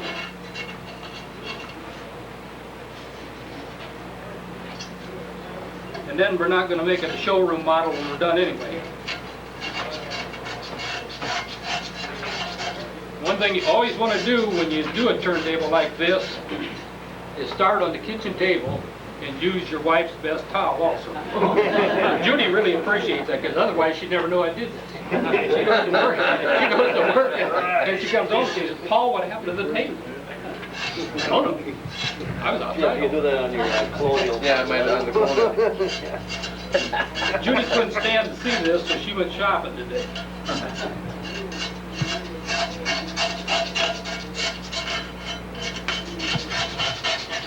Kind of like scraping on the blackboard, is it, Paul? Pardon? Kind of like scraping on the blackboard of your pants. Same thing. Here we are, got the turntable down. It's not the cleanest, but it'll do. Always keep a paper towel or a shop towel around. There you got it. Now you're ready to put clean it up a lot better than that. You're ready to put the felt back on it. The felt, I buy the regular Brunswick type felt at the fabric store, and I cut them out thusly, so that they're just a little bit bigger than the turntable and they're already cut. I take them and I press them. And you want to do this before you put it on the turntable, on account of when you press felt, it will shrink. And if you cut this felt when it's all wrinkled up, then you take it in and press it, it won't fit the turntable again. So there you got the felt pretty well lined up on there. Take that. Any pencils left out? Yeah. Okay. Take a lead pencil, put a little mark right there. You can see that mark right there. Now you want to put that hole in there so it looks decent. I've seen people where they pick it up and they cut it with the scissors and it looks like a diamond. You don't want to do that. You want to go down to the hardware. You want to get what's now commonly called a belt punch. These are not very expensive. I've got two with me today. Two different sizes. This one here is a number 12, and I think this is a number 6. What this number 6 is for, and I forgot the leather, the little leather that goes on the brake underneath there. When they get hard and wore out, go down to the leather shop and get you a piece of leather, take this, smack it down in there, and it comes out just right. Or you can trim it down. And you can put that in the brake. But this is the one that just fits over the gear, just barely makes it. You take that, you take your best hammer, don't use a little one. Put this right up, center right over the top of this. That's it. A nice round hole. Wow. If you want to use this little dot for something else, just glue it and use it for a deadener or something. Glue, there's all kinds on the market. The best glue that I found is this 3M. It's a spray type adhesive. It's expensive. This little jar here, I think, is around $11 in Indiana. They make a smaller one that's around $7. Now, what you don't want to do is spray this in the house. So I'm going to run up the stairs and spray this thing. When I bring it back down, we'll put the top on. Okay? If anybody's got any questions, think of them once across, and it's quick. They can set it down where you can see it. Grab the corners of this felt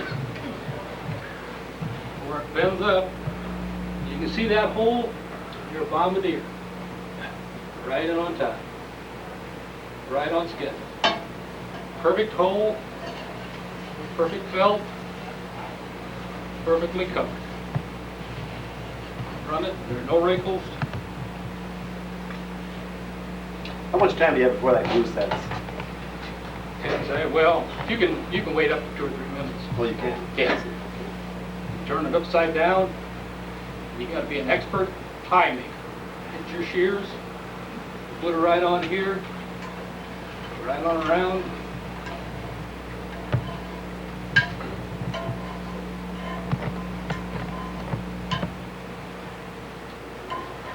And you don't jab the shears in there like I just did.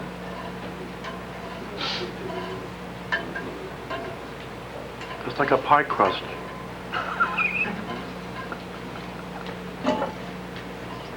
There it is.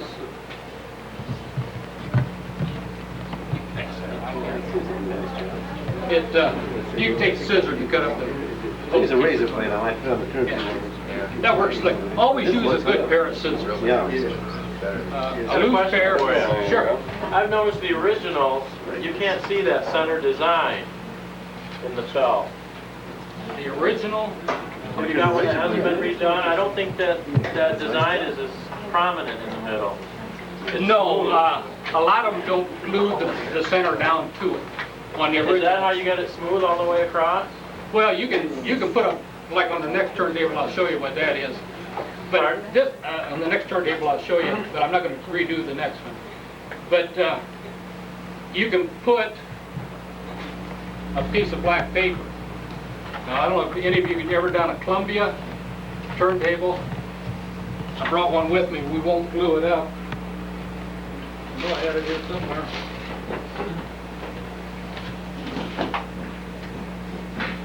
Sitting right there.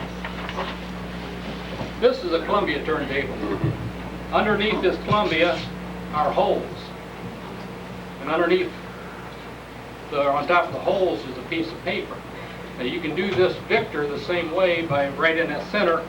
What I do is lay the paper. This is nothing but regular construction paper you can buy in a dime store or drugstore. Lay it down like that and mark it. Turn it upside down and circle it. Cut the paper out 1/4 of an inch, so just inside this ring. Do the same things I just did there. Spray the turntable. Put the paper on it to cover the holes. It'll dry right now. Turn right around, spray the turntable, put the felt on it, and you've got her covered. No different. Any more questions? What are you doing on the turntables that are inset with the felt there? The inset felt? How do you trim that down once you... That takes a little bit longer. The one that's got the lip on it, you take and put the felt on, and you bring the felt all the way around down here, and you trim it. I use a flat washer and a stove bolt that holds the felt right on there. No glue yet. Put it on there so that it's completely around, and cut it, and you just more or less do this by trial and error. Then pick it up and take a flat stick, the kind the doctor uses to look in your throat, or one of the wooden spoons. I've got one that's sort of, I've used a file on it. And you take and tuck it in there all the way around, dry. No. And make sure that it fits. And then after it's been tucked in once, you open it up, then spray it, and put it right back on there, and very gingerly put it in there. It'll go in. But you want to make sure it fits first before you do the second. No, you mentioned that it'll shrink with heat. Yeah. Why can't you could cut it the size of that to start with then, and then run it through the iron after you've done it, and it should come in far enough then. Make it easier. Maybe it's good, but I found by Does just... it unevenly? Yeah, one way will shrink more than the other. Yeah, they don't shrink the same. They just shrink in all directions. I found by just taking beveling and right on around that edge. Oh, I'm going to say maybe 30 seconds of an inch to start with. Sometimes you get it about 2/3 of the way around and it's tucked. You can't get the tuck out of it. You pull it all the way back out. You cut a little bit here and cut a little bit here, and then that piece is going in. Takes a little longer. But with these, I'm going to say from the time you start to the time you quit, you're cleaning the edge and everything, 10 to 15 minutes. That is one of the kinks on turntables. We'll leave the turntable and we'll go to a Victor motor. This program we're only going to go to Victor. We're not going to do anything with Columbia. We're not going to do anything with Edison. We'll just use the old common Victor motor, and I think everybody's seen this. It's a double spring. It's in about every one. It's got a speed adjuster on it. This one does. Some of the problems that I found on Victor motors, you can clean the thing, be playing it, it plays good. And the next day, somebody says, "Oh, leave me to hear that." You fire it up, and it won't come up to speed. You wonder what in the world happened here. It runs at about 60 RPM. Here's a little speed indicator right here. It tells it is running, right here, running 78 to 80. When you fire it up, it'll come up about halfway. What happens is this hangs up. And this little brake right here acts as a brake. And it will not leave that motor come up to speed. I've run into that more times than anything else on a Victor that won't come up to speed. See, they can clean this up, and you get it to where it's free by itself. Don't put any oil on it, because oil draws dust. If you have to, take the 2 screws out, take the little nut off the top here, and take the thing apart and clean it. Once it's cleaned and dust-free and everything will work fine. The other little hint that I've got is that little window in there. Everything you buy at the hardware, everything comes in plastic anymore. Most of these are yellowed and they're shrunk up or they're gone whatsoever. Just take and cut a new little piece of plastic, put a little piece of glue on each side, and presto, you got a window right now. I didn't bring any of that plastic with me, but like I say, it's in every cookie box you buy, every pie or anything else. That plastic's about the same thickness. It works and it works fine. The other part of this Victor motor is a spring. There's 2 springs inside this motor that for some reason on a Victor, the thing will break on the outside edge. If the spring breaks on the outside edge, normally you don't need to replace the spring, you can repair it. It's a real simple job to do. I think we'll do it on this one. If you've got a 4-spring Victor motor, I've got my screwdriver.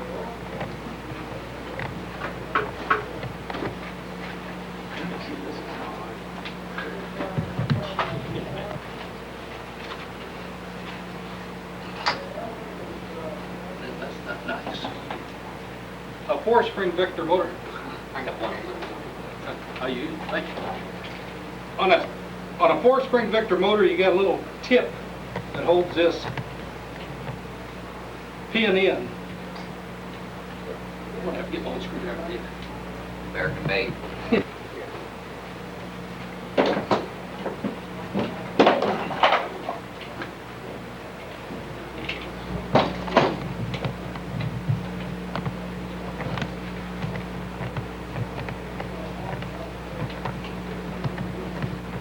Getting back to that 4-spring Victor, I think you've seen, and they were the later ones. There's a little tip right on the end of the set screw. That's the biggest thing that I found on those motors. People will wind them up and they don't know what kind of power those springs have, and they break that tip off. So you can sit there and crank forever, and this thing got a broken spring, but it doesn't. You take this apart, get that piece out, and replace this, and the motor's back perfect. not all motors are as dirty as this. There's some that's a lot dirtier. Where's your boy at? The reason I pass out them pads, and like I say, there's no dumb questions. I've had too many guys bring these things out to me and say, oh, I tore it apart now. Which end does this go in? Where does this go? With that pencil paper, if you're not sure, and I do this a lot, when I take something apart, I draw a picture of it, and I got this out of here and that out of there. Two pieces out, you got the spring barrel. There's a little spring clip that just barely fits in here. Keep your hand on it so it don't fly. Turn the screwdriver over.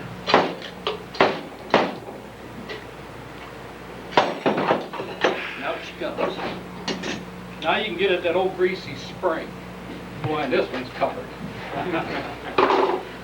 There's nothing like getting a hold of a nice greasy spring and start out with it and then lose it about halfway down there. It not only gets on the floor, it gets on your clothes, and then your wife's still happy.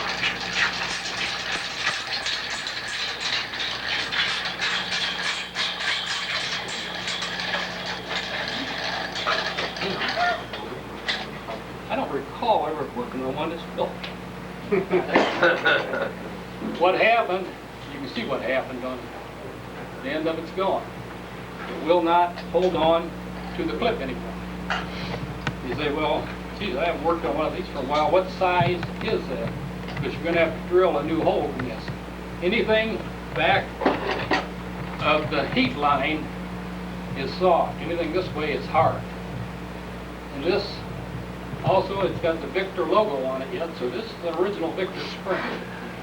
So you take a little center punch, you get all tooled up for this. It's not my workbench. We will give it a try.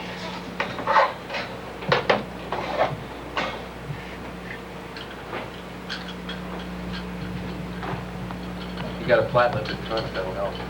Yeah, I got one right here. In the middle, it goes down a couple more inches.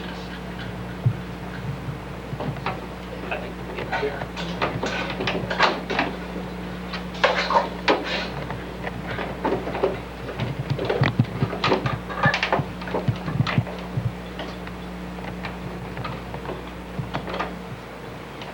You get the old spring right there.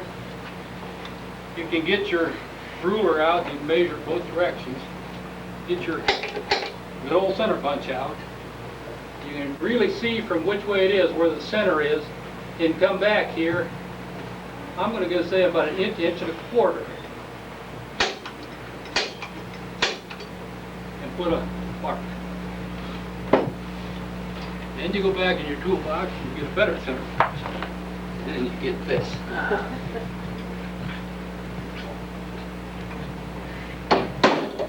Now you've got a place to start with. Get the drill motor out. Start with an 1/8 inch. I'm going to start with 11/64, so that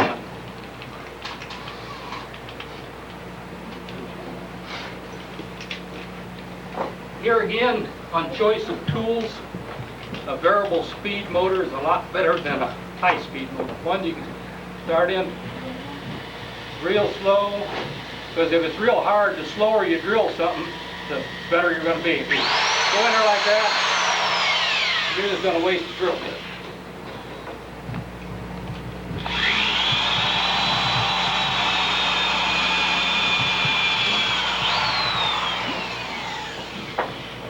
You've got one hole.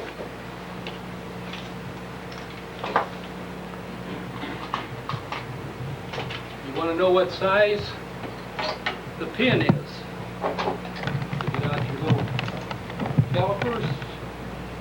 This one's smaller than what I had on the other one.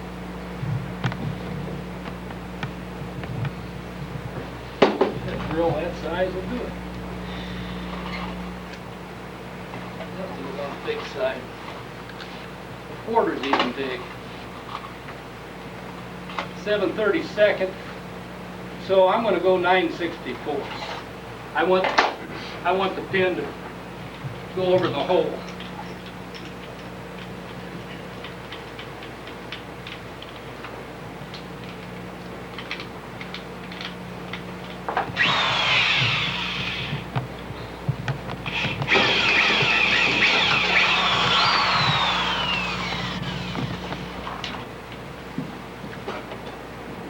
Release it. It's pretty smooth.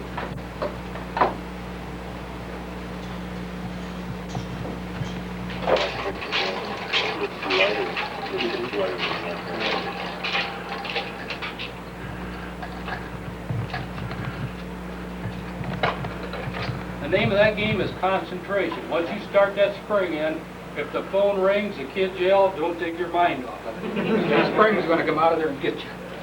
Paul, did you mention the direction that you have to wind it? Or Yes. I was out of the room. This one went in counterclockwise. Pardon? This one went in counterclockwise. Counterclockwise. The other one was in clockwise. You must remember which one is which. Yeah. When you take them apart, you should. When tapping this thing in, I always use the piece that goes through the center, and I use the flat end. Is that spring lubricated with that? You lubricate it. I use that white lithium grease.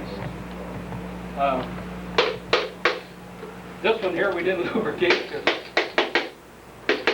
How do you normally put the lubricant on this?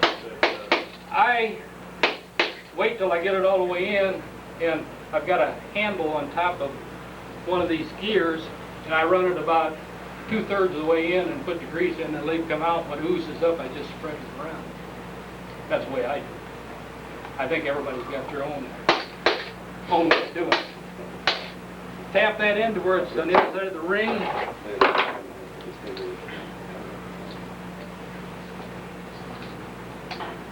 Here again, concentration. Won't go.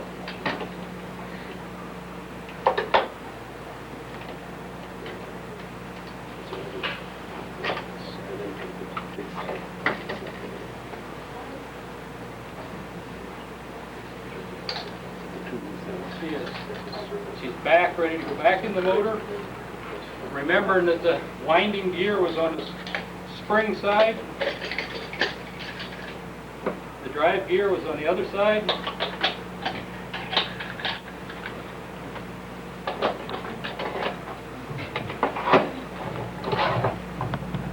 The set screw up this direction.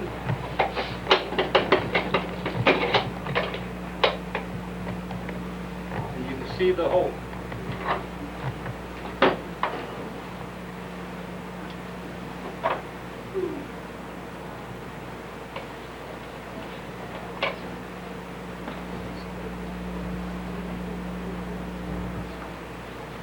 There's no thread showing, it's about flush. You know the pin and the line thing is lined up, it's back together. The other problems that I've found with this motor, run in the governor, we run into 2 or 3 different things. One is the set screw on the main shaft here, the turntable shaft. A lot of times this screw comes loose. And when it comes loose, you get the same reaction there as if you got the wrong weight on the governor. The thing goes up and down when it's playing. I found that to be enough. Another one is in the governor itself. There's 3 weights on there. Victor has a habit of throwing those weights on.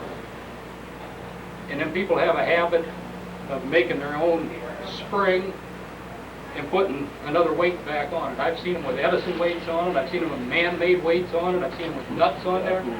You turn the machine on, sure the machine plays, it just keeps going up and down and up and down. And that lady is trying to sell it to you, says, don't that play good? So that's everything that I know about this type of a motor. There are other kinks and hints on that motor, I'm sure, that I wrote down that I'm overlooking. Yep, there's a real good one. You pull this motor apart.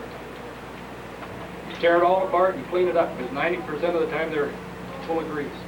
There's a little ball right down here, a little steel ball. and that gets washed out, gets thrown out with the cleaning fluid. So you put this back in and it goes up and down. Now the motor won't run.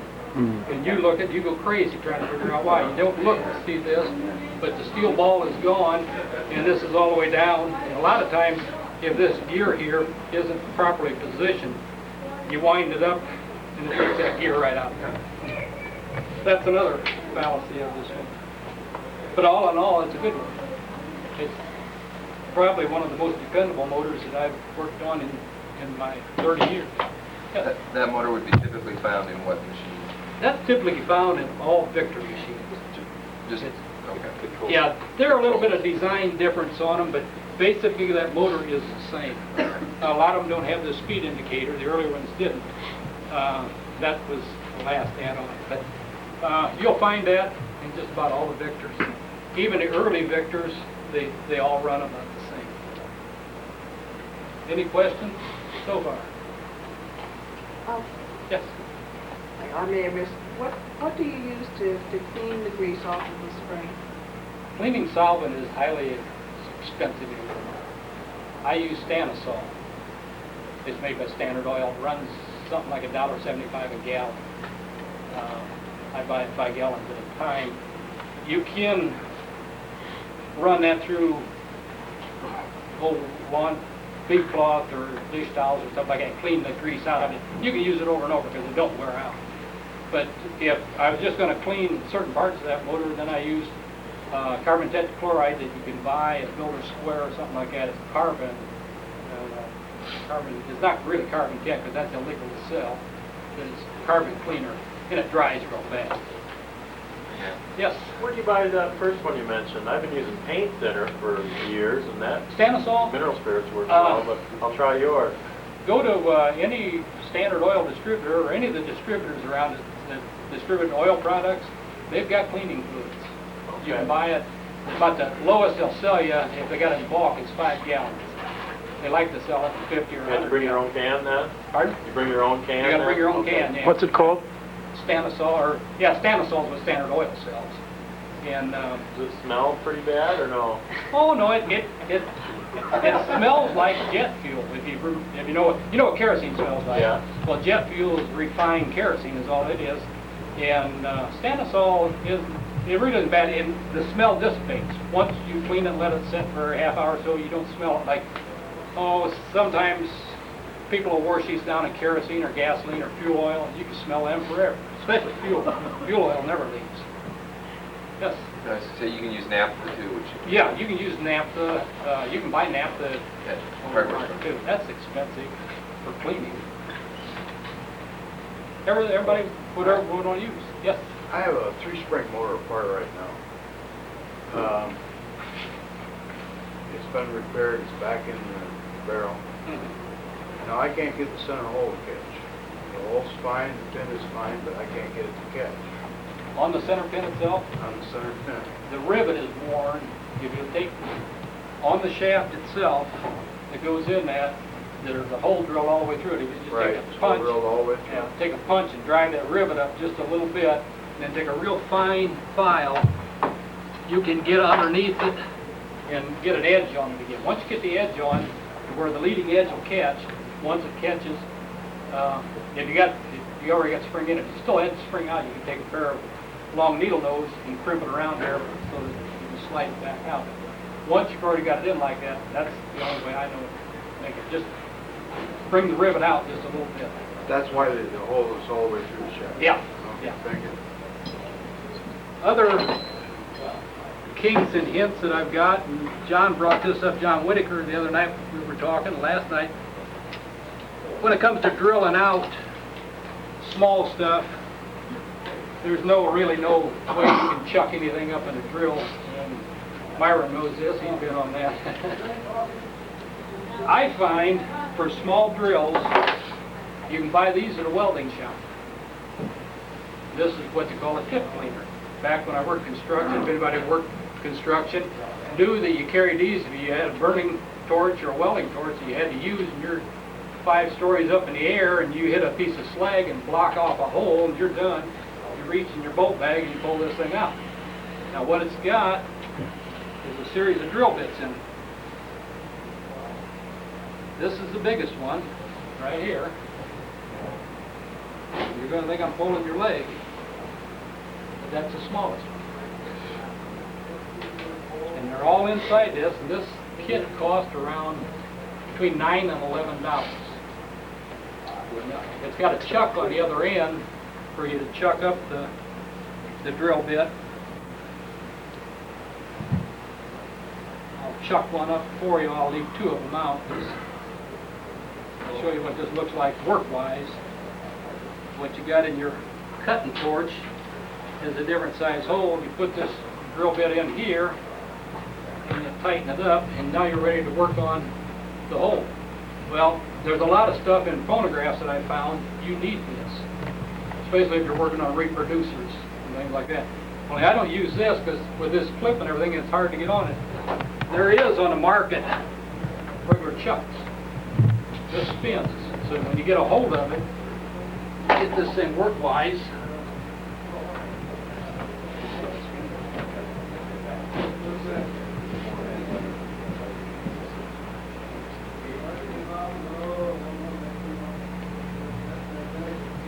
You can sit right like that, and you can drill on things. You want to be a lot closer if you got your light right above you and you got your magnifying glass out, and you got it turned on, and your eyesight is really bad, like mine gets sometimes. You get down through there. Sometimes you need 3 arms, but this is a trick that you do use. And like I say, they are on the market. It's a case of where you're just marrying one occupation with another. I don't know how they did it back in the days that they worked on phonographs, but I imagine the phonograph repair people were also clock repair people. I think those two trades work hand in glove together. To get a construction worker into it, when I worked out there, this was your best tool. It was a 3-pound beater. When something didn't fit, you whacked it. But, you can't do that with phonographs. One reason for it, and we're going to cross out of the Victor line into the Edison line. Edison makes a home machine that has a center bearing and it's made out of hot metal that freezes up. It seizes the whole shaft.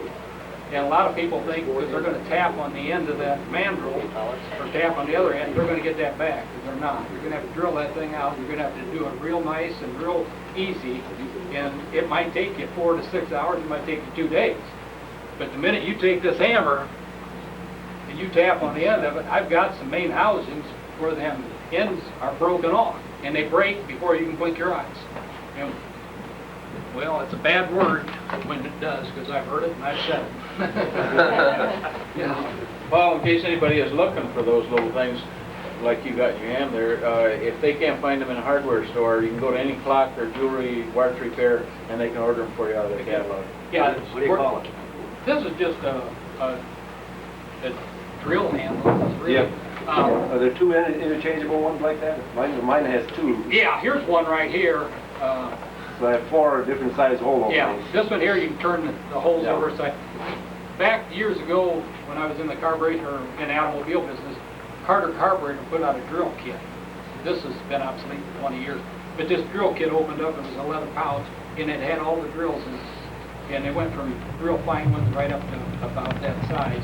And that's where, well, they had a handle like this. But any tool shop, if like General Motors is in your town or someplace like that where they got tools like gem tools where you can go buy any tooling or anything like that, you'll find these where they sell Starrett. Starrett makes it, or any place like that. You can find it. The gun repairmen have that stuff too. I picked up some from the guys Yeah. in Park there. I know there's a few people looked at me when I got the center punch out. A lot of people never have seen this, and this has been on the market for 20 years. This isn't nothing but a spring-loaded center punch. If you're going to do any layout work or anything, you always have one of these. I've usually got 2 or 3 of them around, and you just finally put it down where it is, and you just push on it, and it snaps. And all it is it really isn't to snap the center hole, but it is to lay it out, to lay out where the center punch is. But these are all tools of the trade that I picked up along the way to use. Another one is this little razor blade. deal. This goes along with that turntable you was talking about with the edge. Here's the tool you use on that. And there's also extra blades. They come in a package like that. And those work hand in glove. If you don't have one, you should have. But it's just pretty hard to try to do anything without it. What else do we got? Another center punch. Files. Everybody needs a bunch of files. I haven't been able to do anything with these machines without using 3 different files: a rat tail file, an angle file, a flat file. Everything in that department to get you done. Any other questions or anything more that we need to cover? Any other kinks? If you want to, we got probably about another 10 or 15 minutes. I didn't think we'd be this. We can get into some of these other motors, problems that they have. Yes, sir. Coming back to cleaning that spring there, why not just use a plain alcohol, isopropyl alcohol or something? Won't that do the job? Oh, it probably would. Anything with a cleaning solid. The only thing that I find in cleaning solids, you want to use something that isn't going to bust out flames. That is what's taken a lot of lives and everything, especially when they're using gasoline or fuel oil or something like that. Some alcohol won't burn, but some will burn at a real low temperature.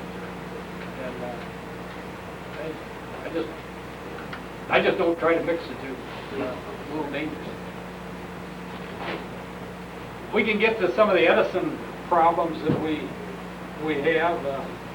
One of them is an Ambrola. I don't know if you ever run into this problem. You've got an Ambrola 30 or 50, and you pull the lever out and you sit down and it just sits there and skips. And you don't know why it does that. And once in a while it will play good, and then the next time it just starts skipping. On the end of the reproducer, they got a reproducer similar to this. I don't bring one with me because we're going to do this. There's a screw right at the end of it that holds that little spring. Loosen the screw. Get it cleaned and get it loose so this thing will fluctuate each direction. Set it down there and it will play. That's one of the problems with the Ambrola. Another problem with the Ambrola is a little anti-rewind spring that's up in the back and inside underneath on the end of the barrel. The ends break off of it. That's another problem that I found next to that reproducer being too tight. That if you pull that spring apart, clean it off, send a new hook on it, and then it'll shove the anti-ratchet back so that when you wind the thing, it don't all wind in your hand. When you get into the standards and the homes, boy, you're opening up a cake of worms there, because that can get you just about there. Just a lot of things that can go wrong in there. The broken gear, yes, sir. What do you use to replace that bearing like a punch you mentioned? Brass? I had some made out of brass. I've got one. But Ron Sitko in New York has got a bearing, a needle bearing for it. To replace that. It's real easy once you take the old bearing out and take it out cautiously and make sure you don't damage that shaft. That's the biggest thing. Because if you put the tapered needle bearing in, it goes in, and that's another hint to put it in right, because it's just about the same size as the casting, and you can't just put it in there. What I use is a shoulder piece of pipe and nothing but a 5/16 bolt with a flat washer on the other side. Put the bearing on there, put it on there, and then just tighten the bolt up on the other side, and that flat washer will draw right in flush, and it's in. That's the quickest way to put it in. Ever tried using the seat line to do it? Yeah, it worked about the same way. With a nut and a washer, you can line it up. Just turn it, and if it's starting in crooked, then you can stop, turn it the other direction, and get it. But a lot of people have been in it for 30 years playing around. And 20 years ago, I was dumb as a box of rocks. We did a lot of stuff. And you learn through your mistakes. And there's an old cliche, don't make the same mistake twice, make a new one. If you don't, you're not learning too much. And I have made a series of mistakes, and I've got a lot of gears and parts laying around that I can look and say, yeah, I remember when I did that. One answer to it, and you think somebody does, ask. It's a lot cheaper. You feel, just like I said earlier in the program, there's no dumb questions, but a lot of times I'll ask somebody, and I know they think, geez, he's been playing with these for 30 years, he's asked me that dumb question, maybe they've known it all their life. Yeah. Just a little poll. When you I like to see if anyone else has experienced this. When you, some of the so-called experts recommend when you replace a mainspring, you leave it in the circular retainer ring and set it in the barrel, and then just step on it or take a board and pressure on it, pop it in, and supposedly the outside hook, as the spring unwinds, will automatically catch. Has anybody been successful at doing that? Because every time I do it, it never works. I'm going to say I'm like Harold. I probably do about 1 out of 20. But I look at it this way: you're going to have to unwind the spring anyway. And you're going to have to get that ring off of there. And a lot of times it's easier to do that with the spring barrel, especially in Edison, than anything else because they're so tight. And but now with a Victor, I don't. Victor, those springs are so easy to work with, so light and everything, that I just unwind them and start over with. But you're right, especially a diamond disc machine. I've never had any luck doing that with a diamond disc machine. Also, when you're working on that Edison cast iron barrel that goes on them, take that gear off before you start messing with that spring. There's 2 screws holds that gear on. And you think, well, you can use that to hold on to. When that spring gets loose and it goes like that and hits the cement floor, it hit right there on the end of that gear, all right? The gear's gone now, the spring's gone, and maybe there's a crack in that cast iron barrel. So what started out was just a bad spring is developed into a holocaust. So I find that take the 2 screws out, take the gear off, so actually all you got is that barrel there, and clamp it in a vise and pull the spring out and let it come around just as easy as you can. Today I didn't wear any gloves. I've got a pair of Teflon gloves I usually wear when I do these springs. Now with these I don't, because these are easy and they're rounded corner. Some springs have got a straight edge around them and they'll cut your hand before you can breathe. Then you can't work on the spring for about 3 days till that starts to heal. So there it lays. So there's all kind of safety. Like you said about getting into your eye, they'll get to you. It wasn't a phonograph spring, but the guy that used to help me 15 years ago in Fort Wayne passed away, Stanley Johnson. I don't know if any of you guys ever knew him. He was more into clocks than anything else. But a friend of his died from putting a spring in a clock.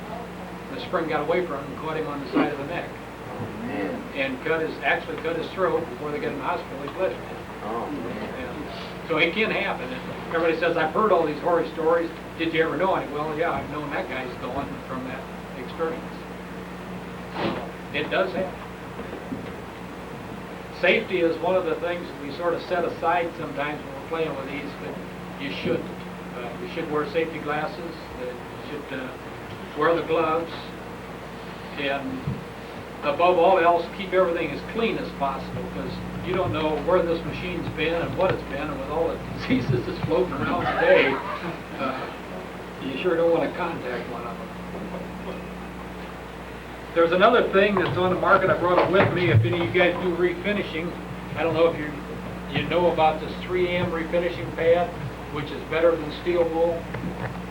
It's on the market now. It's in about all the hardwares and everything. I brought some with me because it seems like here lately I've mentioned this to some people. They said, "Geez, what's that? I don't recall it." This replaces triple-aught steel wool. Now I haven't seen any of this until the last 6 months. This replaces double-aught steel wool. It don't bunch up. It don't get in your fingers. It's not all over the floor or anything. And it says when you're done with it, just wash it out and use it over again. These, you can cut them down. This is refinishing stuff. Although you can use it on metal if you want to, if you're gonna replate something, it works pretty good on that. Another tool that I've got in my toolbox is an etching or engraving tool. This you can buy at Sears and Roebuck. What I use this for when I work on anything, of course I do a lot of repair work for dealers, and a lot of times the dealer will come back and gee, just put a spring in that last week, Paul, and it's broke. You take it apart and nobody's had that spring drill apart in years. So when I get done with anything, I put a number on it. I use the last 4 letters of my Social Security number, 1777. So if you ever pull a motor down and it looks like somebody's engraved that 1777 on there, that's my Social Security number. I know I've worked on that motor. And that's just a good tool to mark your instruments on the inside or anything, in case they're stolen or anything else. And the police says, well, how do I know that was your machine? You can say lift the lid or look under the turntable and this number's under there. And that's about, a lot of times, that's the only way you're going to get that machine back unless you can buy it in the auction. That's for sure. Fort Wayne, that's what they do. People, we have break-ins every day there, and people will steal television sets and everything else, and you go downtown and they're set your television set, but you can't prove that you own it, they won't give it to you. If you can't give them a bill of sale that shows that serial number was sold to you by Highland, you don't get it. They have an auction twice a year. You go down there and buy it back. But if you got this on there, they have to give it back to you. So this is a good tool to use. And they have in your toolbox. These are only about $6. Very cheap. Well, I think that just about does it. I thank you all for being so attentive. It's been a real experience. If anything, if you've learned something today, I'm happy, because it took me 30 years to learn it. It's just a joy to work on these things. You go to the auction, you see what it is, you got to hype out a couple guys to buy the thing, and you get a quad, and you hurry home with it. And every time you bring one home, you've got to tear it apart. At least I do. You see what's in it, see who's played with it, or if anybody's played with it. Then while you got to apart, you might as well clean it up a little bit and put it back on the shelf. So the name of the game is the fun of it. And if you're not having any fun, then I'd say get into bicycle riding or go to movies. Phonograph collecting gets into repairs, and repairs is just as fun as finding the machines, I think. And then when you're having like one of these apart, you're trying to figure out what that guy about 50 years ago decided or how to make it, or maybe 75 years ago, what was in the back of his mind when he done this. And no matter what anybody makes, it can be improved. And there's a lot of times where you can improve a lot on some of these machines. I know I have in some degree to make them play a lot better than they originally were. So that's the part that I get the kick out of it.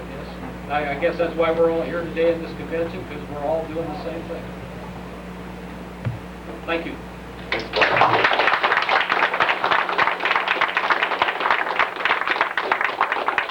New Orleans in around 1888. That's about the time that Thomas Edison was making his first cylinder. There's only 2 musicians that recorded live recordings that ever played with Buddy Bolden. Bunk Johnson, trumpet player, and Kid Ory, a trombone player.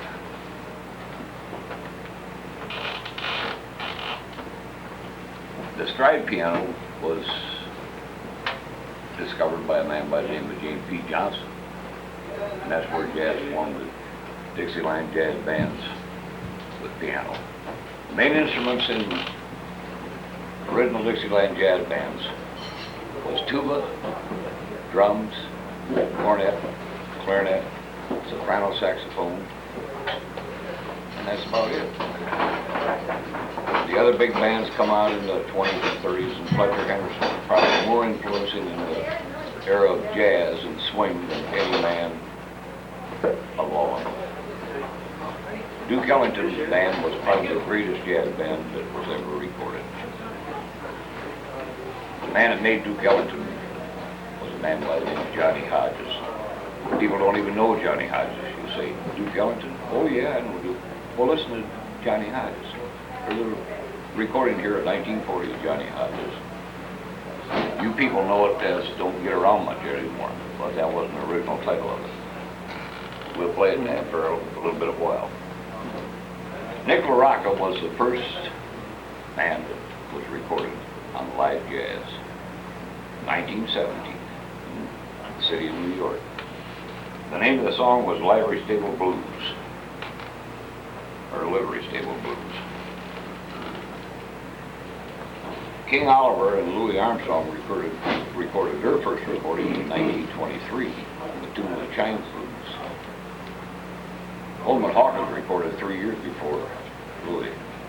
They talk about Louis being the father of jazz. No way. I haven't got nothing against Louis. He helped progress jazz, but he wasn't the father of jazz. Buddy Bolden was the father of jazz. Jelly Roll Morton was another early jazz man.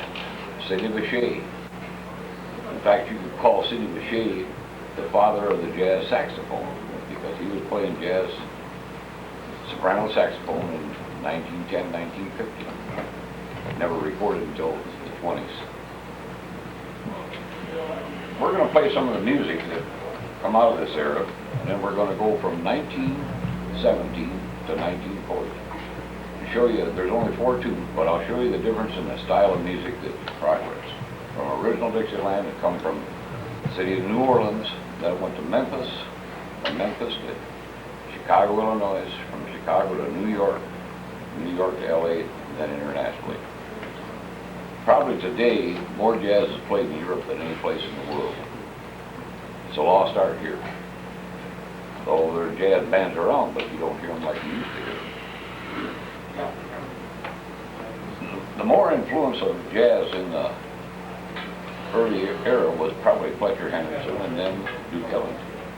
When Duke come along, that's what I call jazz.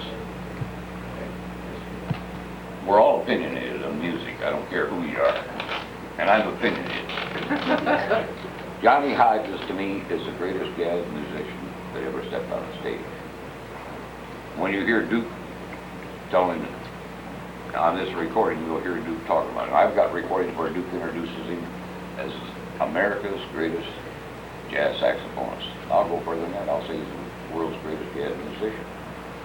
Of all the recordings he made, which he made probably 4,000 recordings in his lifetime. I've got, of Johnny Hodges' band himself, I've got 1,500 recordings of him, plus the ones with Duke. Which Duke Ellington was the biggest record maker of them all. Benny Goodman was second. And there's no comparison. Benny Goodman to Duke Ellington. Goodman was a swing man. Ellington was a music man that played strictly music. Music is my mistress. I don't know if you ever saw the article about Duke on that, but it is a terrific article. We're going to play, the first song we're going to play is Livery Stable Blues with Nick LaRocca and his original Dixieland Jazz Band in 1970. Gotta find it first.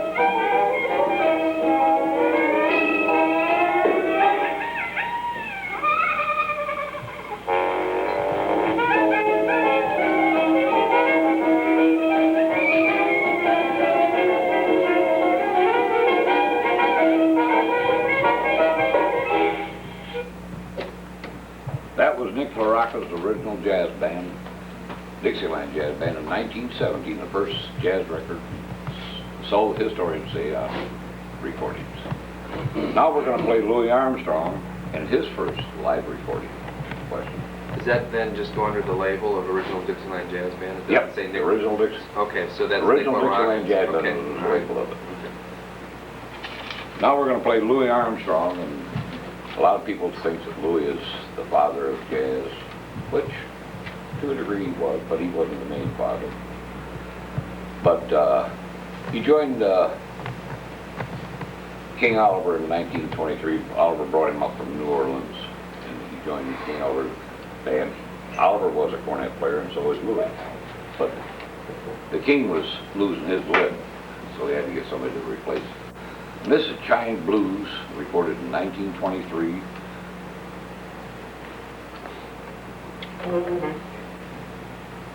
Little delay.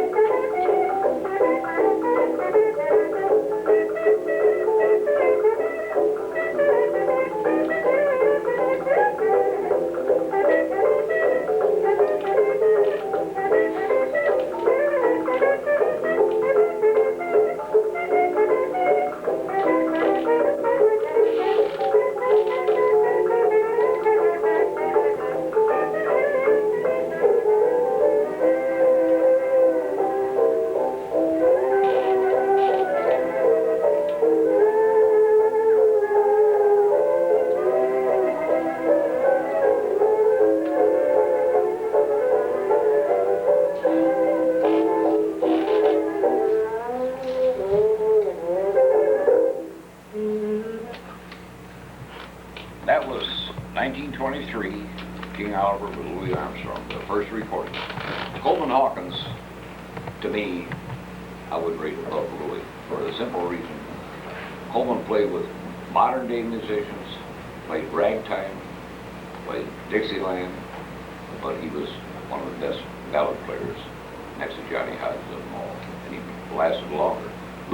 Louis only played strictly Dixieland. Hawkins played with anybody. Now the next tune we're going to do is 1929, and this is when jazz come out of the dark ages to my book.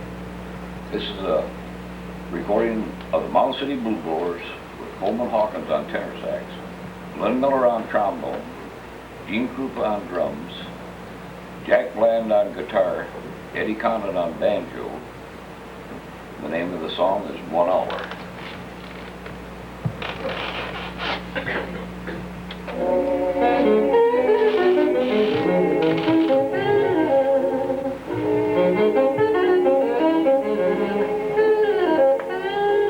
This is when the saxophone took over from the cornet and trumpet. And right today the saxophone has made it into the jazz band. That is blue blowing. That is a comb with a piece of paper, Red McKenzie. Red McKenzie? Red McKenzie, Mound City Blue Blowers. This sound like a job. I've got a lot of recordings there. So it's just a comb with a paper? Yeah. Plain, come over here with take a piece of paper. Put it with a piece of paper and start playing.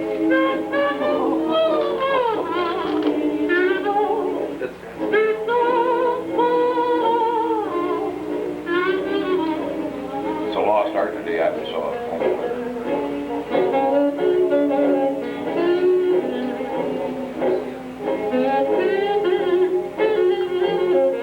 This guy was a balladeer. Couldn't play hot.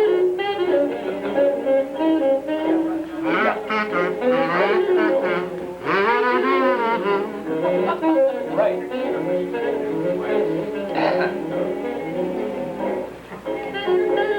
You don't hear him play it no more.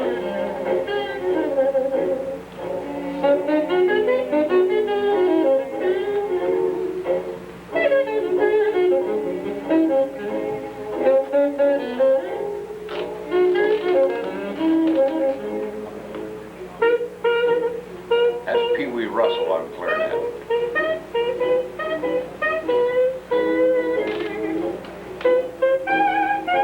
Integrated. This is, well, it wasn't one of the first bands because they was integrated in 27. I got fast forward with that. Studio, anyway. Yeah. But a lot of people think that Benny Goodman was the first one to employ blacks. He was not. Because he was so commercial, Goodman got all the credit. He hired Lionel Hampton and Teddy Wilson. True. But blacks were playing with whites. There's one black man, that's Coleman Hawkins. The rest are all white.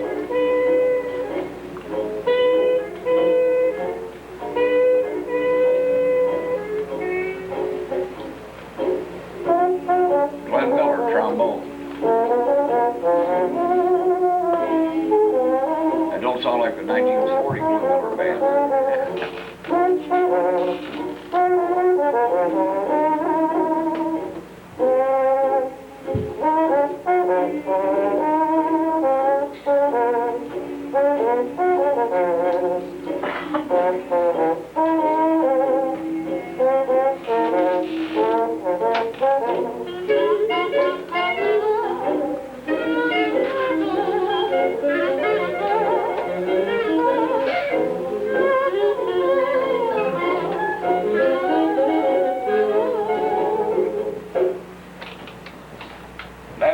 That was the beginning to me of jazz. Now the next man we're going to play is the one I spoke about, my favorite jazz musician of all times. You listen to his lyrical expression on a horn. I don't care if it's soprano saxophone, alto saxophone, or clarinet. There ain't no man in the world that can touch him.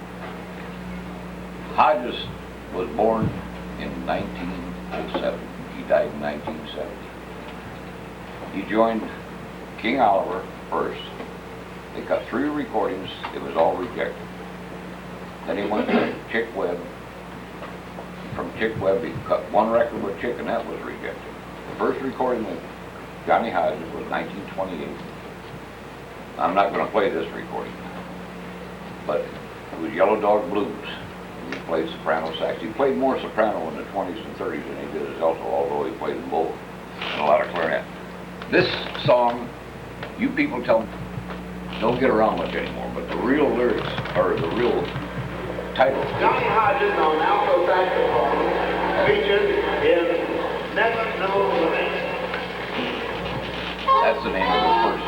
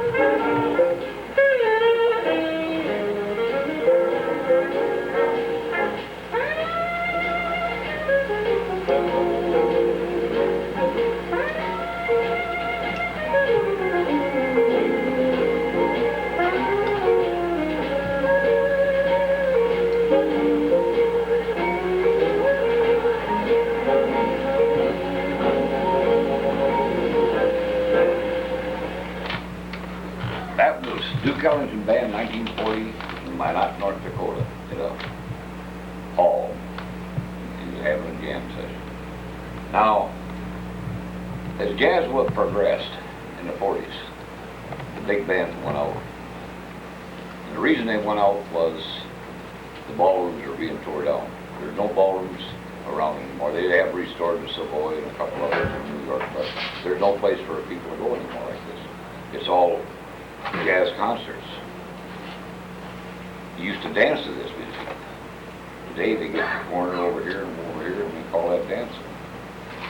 But I rate Duke Ellington the father of jazz, and he was long before Buddy Bolin, after Buddy Bolin.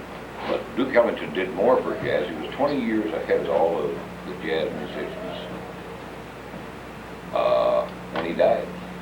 When he died in 1974, jazz was lost. But when Johnny Hodges died in 1970, Duke said, half my band is gone. It'll never be replaced. I got news for Duke. I got recordings of Duke after Johnny died. It wasn't a Duke Ellington band. Johnny Hodges was the man that made Duke Ellington band. But Duke was an orchestration, arranger, and writer of jazz records. That's my show, and it's short, but that's about as good as I can do. Thank you for that. Thanks, Bill.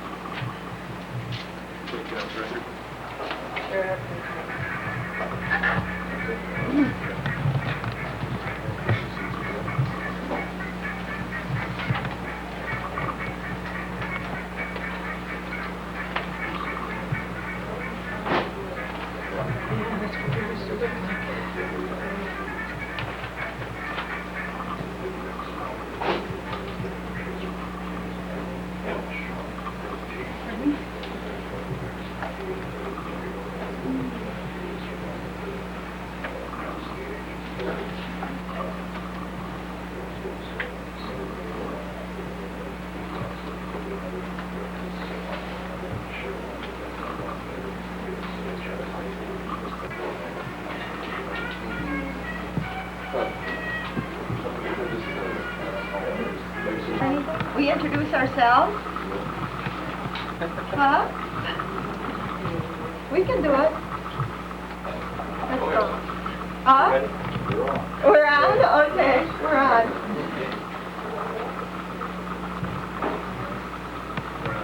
We're on.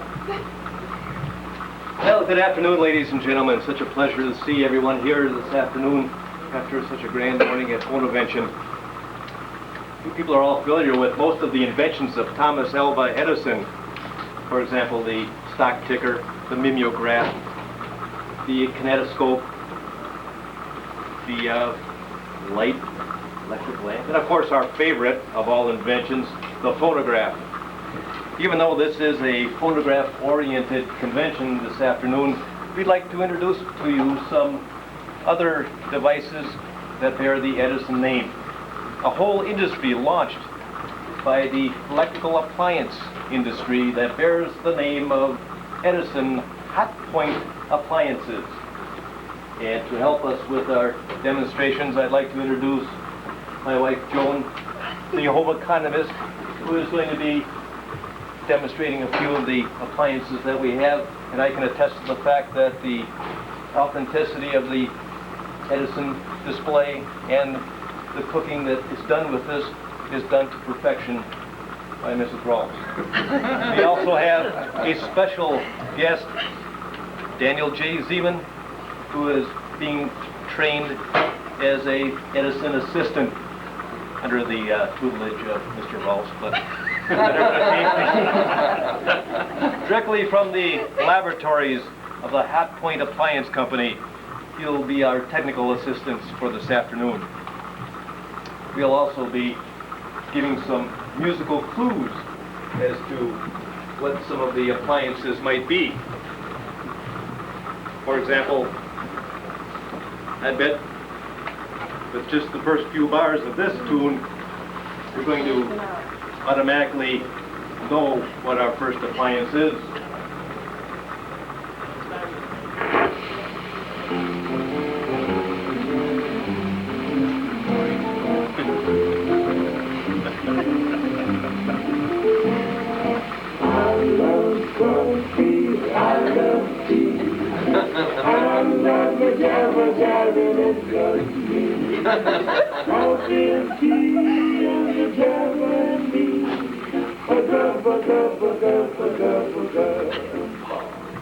Oh yes, that's that coffee perking. And note I said perking because in the 1920s they called these coffee percolators. Now, the coffee percolator was marketed by the Edison Electric Appliance Company of Chicago. Later, it was known as the Edison Hot Point Company Incorporated, and today it's known as the General Electric Hot Point Company. So it's still in business today. This is an offshoot, of course, of Thomas Edison's industry. Now I want to read you something from the Edison News Notes.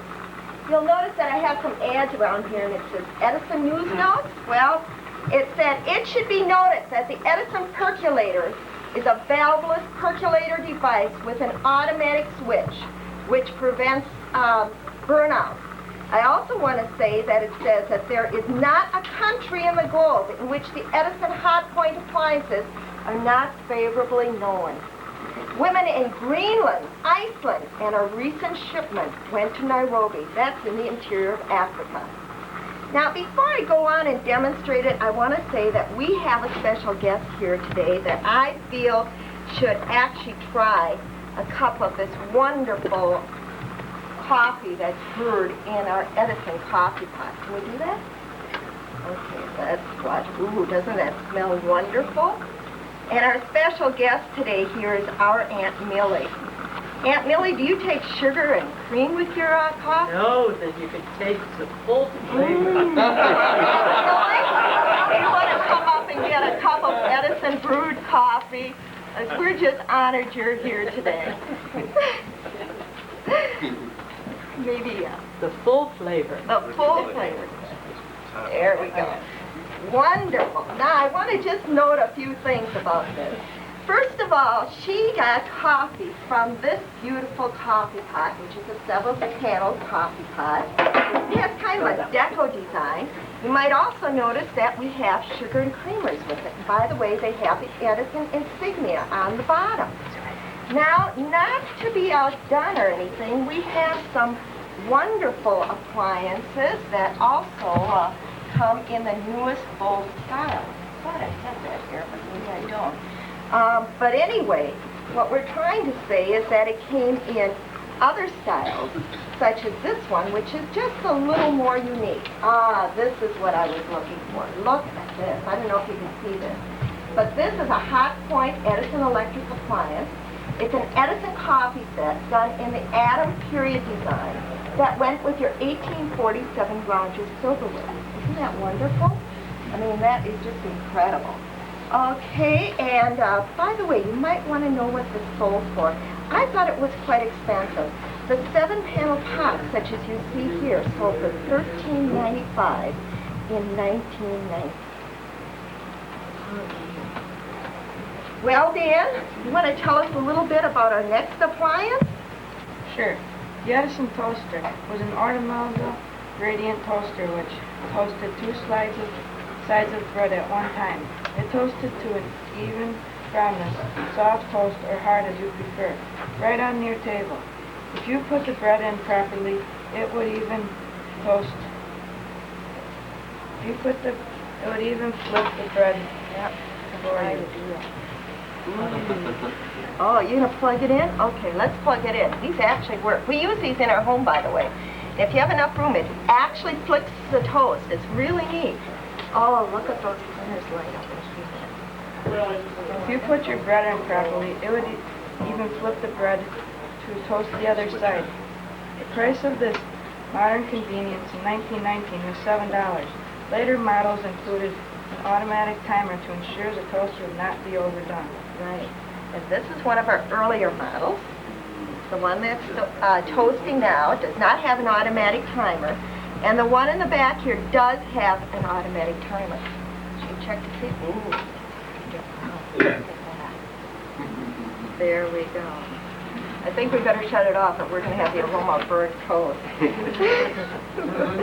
Very good, Dan. Okay, Rob, it's your turn. What do we have? Ladies and gentlemen, as our latest appliance, the automatic toaster with its timer, soon you're going to see that timing device incorporated into other Edison hot point appliances. However, you need not wait. What you need is the automatic table timer. This unique device will automatically set the time for how long you want your eggs, how long you want your coffee brewed, your toast toasted. It automatically shuts off the current at the end of a prescribed period of time that you adjust. It's like having an extra helper, a servant or maid in the kitchen working with you. And all you need do is to connect it to any convenient lamp outlet that would be in your kitchen. Some of your homes may not be equipped with full duplex outlets yet, but you can get the current from any convenient source, AC or DC. The automatic table timer will ensure that you'll have perfect toast, perfect coffee, perfect eggs. It's just that great, just that amazing. You will get full benefit of the automatic table timer. And then what do we have to go with that? To go with the automatic table timer, you need the most amazing, astounding Edison product of all time. It's the dual grill. Not only on this amazing grill can you do your toast at the same time. This should be interesting. You can broil your bacon, fry your eggs, poach your eggs, and included are these marvelous little poachers. Compartment for putting in the water so that you can steam. Just an amazing appliance. All this compact into one handy device that the little woman will just love. Something that you should buy for your kitchen and make the lady happy. She'd be so delighted to be able to do all of these chores on one magic appliance. The Edison Hot Point Dual Grill. An amazing piece of kitchen utensil. Well, I think we have. You don't know what that? Don't know. Oh, I know what it was. It was exactly $10. It was more reasonable than your percolator. Yeah. Well, now that we've done that, Dan? To go along with the dual grill, of course, as you're having your eggs, your bacon, coffee, toast, you may still have a little room in your breakfast morning for some delightful waffles. Okay, let's hear this, Dan. Dan, explain the waffle. Yeah, let's hear something from the Edison News Notes, too. The Edison News Notes of the 1920s states there are upward of 24 million homes in the United States, of which about 9 million are lighted by electricity. To be sure to have enough outlets installed in your modern kitchen so you can use the electric waffle. No longer will you need to make pancakes in a pan. These waffles would be done to an even perfection, top and bottom. And Uncle Rob makes the best waffles. He does. He does. He makes all the waffles in our house. They're great. And this is really a nifty little appliance. And again, it says Edison Electric on the base. Oh, boy. What should we talk about next? Well, we've talked about Edison appliances, but I also want you to realize that just as the Edison name was noted to promote these appliances, there were other recording stars of the 20s and 30s that also used their name to promote and endorse appliances and food products, just as stars do today. Well, who's one of them? Musical clue.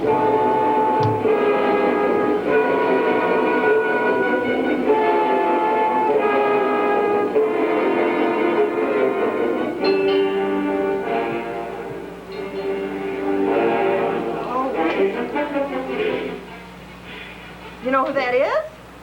Don't you hear it? Why, it's the sound of the Waring blender. And of course, it's basically Fred Waring's blender. Ooh, sounds just like the music, doesn't it? Great, well, let me see. What we can do is turn it off. Wow. And once it calms down, we're going to make a little malt in here. So why don't you put some milk in there? In fact, you can put all the milk in. And let me see, we need some malt. And I might say that Edison actually had an advertisement for his malted milk. I know because the Fells have the original bottle. In fact, they have a Wheaties box. Is that a Wheaties box that they have out? And I wish they would have brought it today because there's Mr. Edison on the Wheaties box. But let's put a little bit of this in there. And we're going to use an Edison spoon to put this in, of course. Yes, he's on the handle of the spoon. It's one of the international spoons that has all the history from, oh, put them more. Yeah, to make this really good. Okay, while he's going to add some ice and put the cover on, where that is. Yeah, about here. There's the cover. Oh, okay, great. Good. Anyway, let me tell you a little history about this Waring blender. Okay, it was in 1937 that Fred Waring invested in a company to make Waring blenders. Even though the prototype did not work, he kept investing and eventually the product was re-engineered and today it is still being used and we do use this in our kitchen. Let's see if it makes that a little brown. All right. The Waring blender. I think that's great. Let's see what it pours out. Wow. Here, you can pour yourself some and try it. Well, I'll talk about the next one. Okay, what do we have up next? Another record so they can guess? I better listen up here.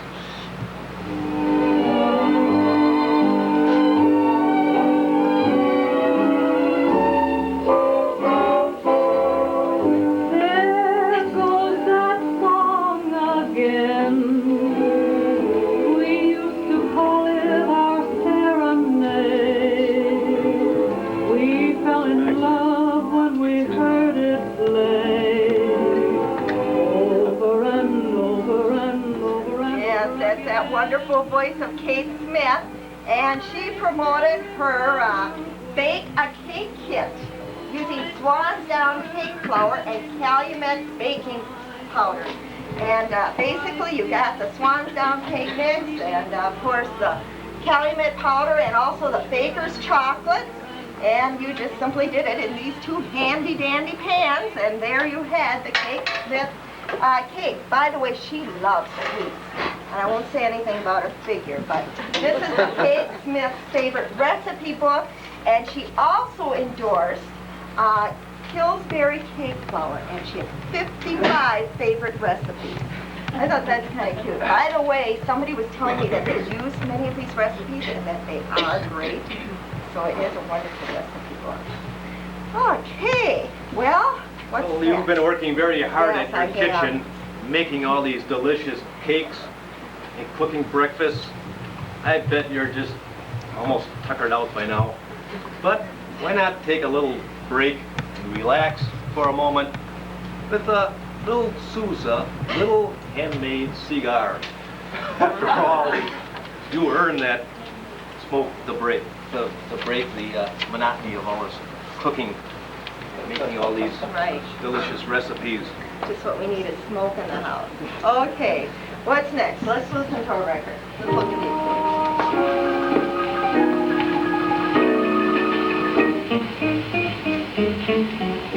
Oh, give me land, lots of land under starry skies above. Don't fence me in, let me ride. We all know me. Oh, did Bing have to do to promote products, Dan? Well, Bing Crosby not only rode in his merry Oldsmobile, he also sold his Rancher Cosby coffee tap, tested and approved by the Cosby Research Foundation.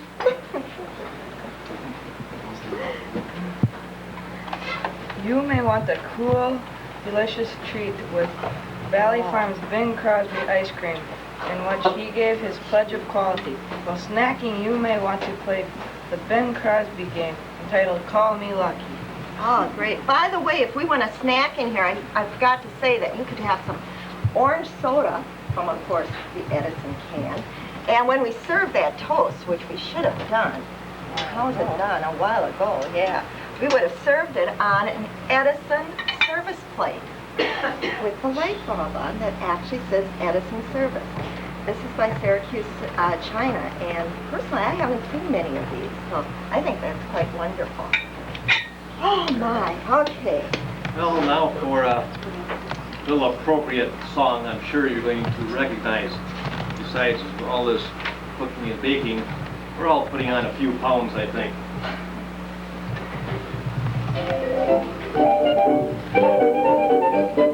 Here's a silly ditty, you can sing it right away. Now here is what you say, so sing it while you may.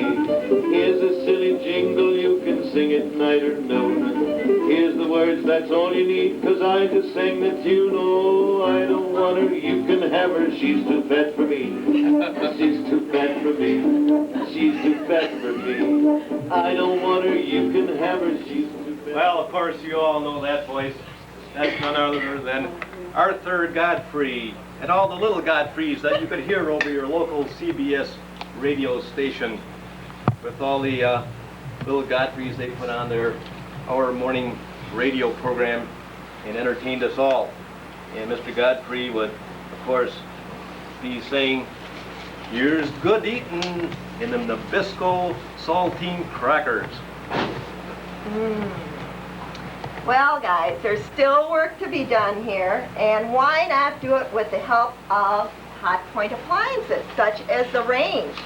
Now, I understand not many Edison collectors have this, but I'm waiting, Bobby, for you to get yours. But anyway, it's the Edison Hot Point range, and that would be a quite interesting collectible. Okay, you might have some mending and sewing to do, so why not do it on your Edison #1 sewing machine? Isn't that great? And I might note that you can also vacuum with an Edison appliance. And of course, we have the drudgery of ironing. And of course, we have an assortment of ironing irons. And the one thing I'd like to point out is this finger rest. You know how tedious ironing can be. So you simply put your thumb here, and of course, as you're ironing it, rest that thumb, that you won't get all these things when you go, you know, they call it corporal pounder, I think, in the 90s or whatever. But anyway, I'd also like to say that in the Edison News Notes, they said, yes, you could iron in the coolest room of your home. You didn't have to do it by the stove anymore. There's no fuel or matches to fuss with. They also said and noted, and I want you to understand this, that there is no danger in using any of these appliances. You have to remember, this is a newfangled device, this electricity. And when you use these, it's just like switching on that new light switch. You won't get a shock. And of course, you know how it used to be when we had to go out, you had to make an appointment at the beauty parlor, etc. No more, ladies, because we have the Edison curling iron. You just plug it in, curl your hair, and you're ready for that evening out. It is just wonderful. Well, I guess that's a little bit that'll help us with our housework and such, and I think I'm ready for an evening out. Well, friends, I think you'll agree that electricity is going to be here to stay. It'll be the servant of mankind for years to come. We want to be sure that you'll be making the best use of your hot point electric appliances. And to help demonstrate that, you dealers will want to make sure that you pick up your hot point demonstration kit. It has the hot point Calrad heating elements. new development by the Hot Point company. This Calrad heating element will glow red hot in less than a minute and transfer the heat directly to the bottom of the cooking utensil. Along with your demonstration kit, we have not only the outer casing of the Calrad unit, so that you can see that the Calrad heating element is completely safe and insulated from the outside, the curled heating element inside the Calrad unit. You can show that to your customer, and if that isn't convincing enough, perhaps this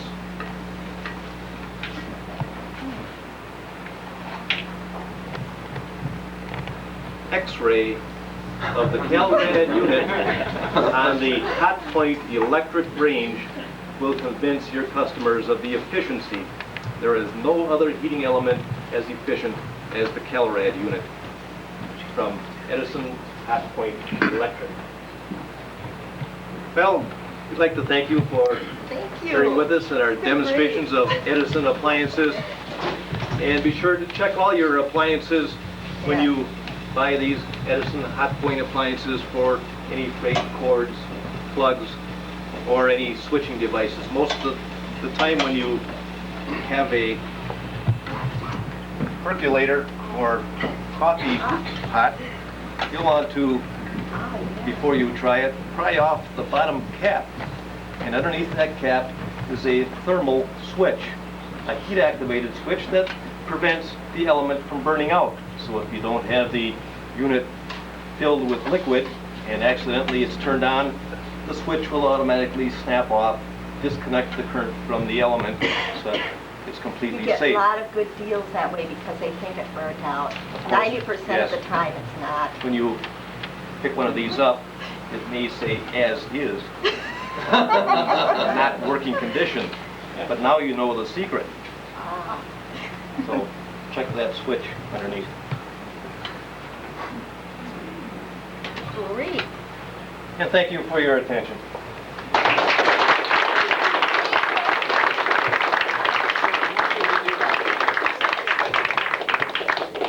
First item up for bid is a picture offered by John Mailing. You want to hold it for me? And it's an original photograph. It's an AP photo, and it has Edison in it coming home from Florida with his son and Hildebrand, his vice president, I believe. So, $20 to Don DeFell. The average of payments being October 28, 1901. It's kind of old. 11 over here. 15. 15's on the floor. 16. 16. 20. 21. Wait a minute. 25. 25. 25's on the floor. 26. 26. 30. 31. 31. 35. 35's on the floor. Anyone want to jump in? Piece of stock. 36. 37's on the floor. 38. Go all the way up to 40, John. 40.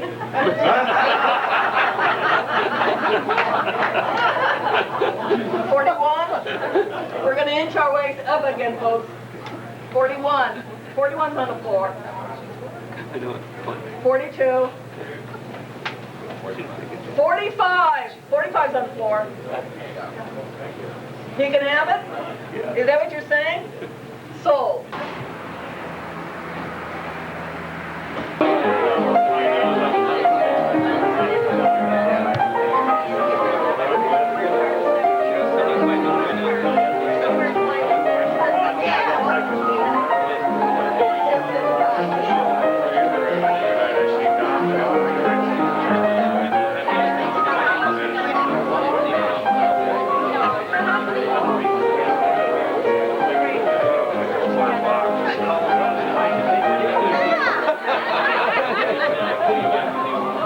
and I told Joan, I said I didn't know some people are real private, I didn't know you guys, I didn't know how good some people are very.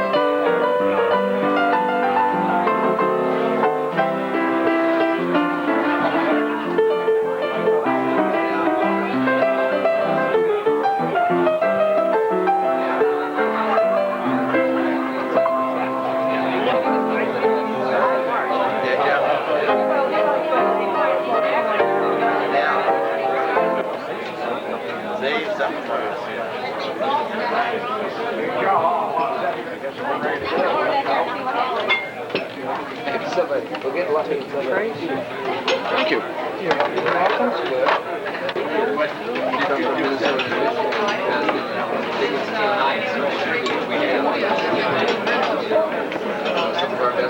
gamble on French horn because they get up on bars. And Falcone on my brass, low brass instrument. It's almost scary. Baritone and bass, I said again. Guys, you like that? I was. Well, thank you very much. I don't know how many people are here tonight. This is a very good sized crowd for our event. We can't hear you. Can't hear you, John. That's all right.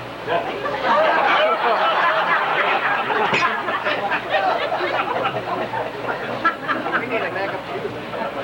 I'd like to ask you to join me in saying thank you to the house for a really nice banquet this evening.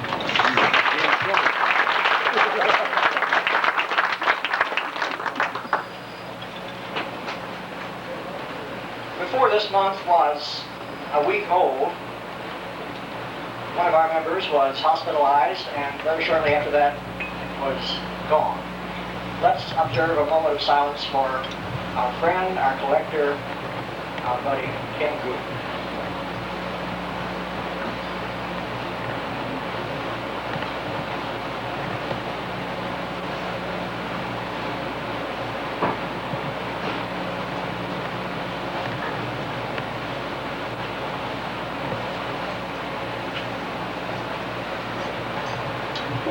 As some of you may have heard this morning too, Art Venadia was taken to the hospital yesterday with some heart problems, and so was Blythe Horning, I understand. And so we hope that both of those people will be back on their feet before too long.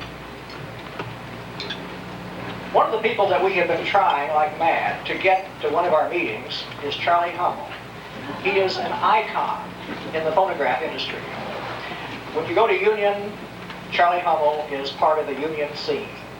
When you go to the East Coast, Charlie Hummel is there. He seems to be everywhere. He's been everywhere. When we were going through the Maps historical collection, which, by the way, I want to say is being very well handled by our historian Dolores Osborne, we found among those things the donation that he had made some time back to the club in an envelope like this. The word Edison and Edison's picture is on it, but other than that, I don't know what it says. Inside is a really nice write-up on a project that Charlie did for the Edison Foundation, and I'd like to have him talk to us about that, what that was, and so forth. I'd also like to ask him to describe 2 new donations he made to Maps today. 2 new videotapes that are going into the Maps historical collection. Charlie? Welcome, Charlie Hall.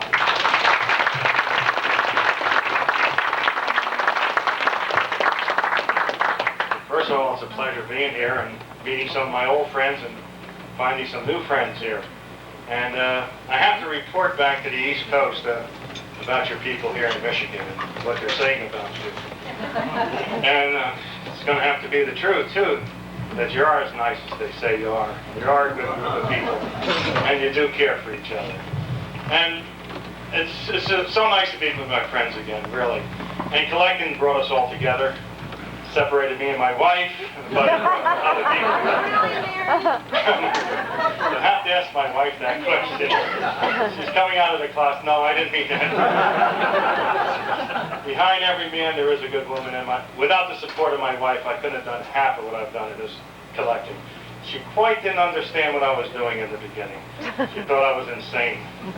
She would send me out for a loaf of bread, and I was never good at what a loaf of bread looked like. I thought it had a horn and a cylinder on it. And I would bring back this phonograph. 3 hours later, she says, "Where's the bread?"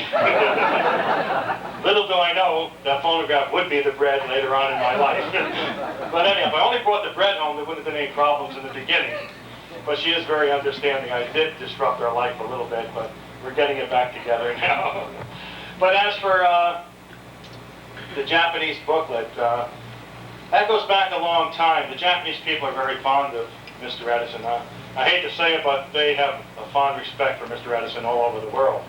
We do too, but we have to spread that word. That's what the Edison National Historic Site is doing, the Charles Edison Fund, and you people right here. Every time you talk to somebody, a new collector comes in, you're spreading the word and what Edison had done. He had 1,093 patents, which is simply fantastic. But when I was over in Japan, I started with this project. I did about 6 exhibits in Japan. And I've been collecting over 25 years. I really don't know. I go by boxes. I don't know how many boxes I have, but I have to go through my boxes. My house is not big enough to put everything on display. So I got a room 12 boxes by 14 high and 8 deep. That's how I measure a room. But anyhow, I take this stuff out and send it over to Japan. And you say, why Japan? You know, there's so many people here in the United States. Why do it in Japan? They're fascinated with Thomas A. Edison. They hold a great likeness to Thomas A. Edison. And in Matsushita, which is Panasonic over here, in their courtyard, they have a statue of Thomas A. Edison. A literal statue around the water fountain, life-size. That's what they think of him. In a little town outside of Iwata, there's a town outside of Kyoto, which is called Iwata. We got the very first bamboo in the world. America was lit with Japanese bamboo from the 1880s to almost the 1890s. So they have a fondness with Thomas A. Edison. I would bring artifacts over. I'm sure you can look at the book later on, but they range anything from Edison's hat to his vest to his cane to batteries and generators and dynamos and phonographs. And people will come, and the kids will come. The kids are so great. We give them a little time card, and they would punch in as soon as they come into the show. And that was neat. They got this card, and it's a souvenir. Edison always punched in. Edison said he worked better the second 40 hours that week than he did the first 40 hours. And he did. Literally, some of his time cards have over 100 hours on them. And he was the driving force behind everybody at the factory and what he did. But the children would come in, and they would mainly these would take place in the summer, which is really kind of interesting. The kids are on vacation. They would come down there, have their little notebooks, and they would write on what they saw that day. Thomas Edison's phonographs, his light bulbs, his dynamos. And then it would go back that fall, and they would do a report on it, what they'd seen that summer.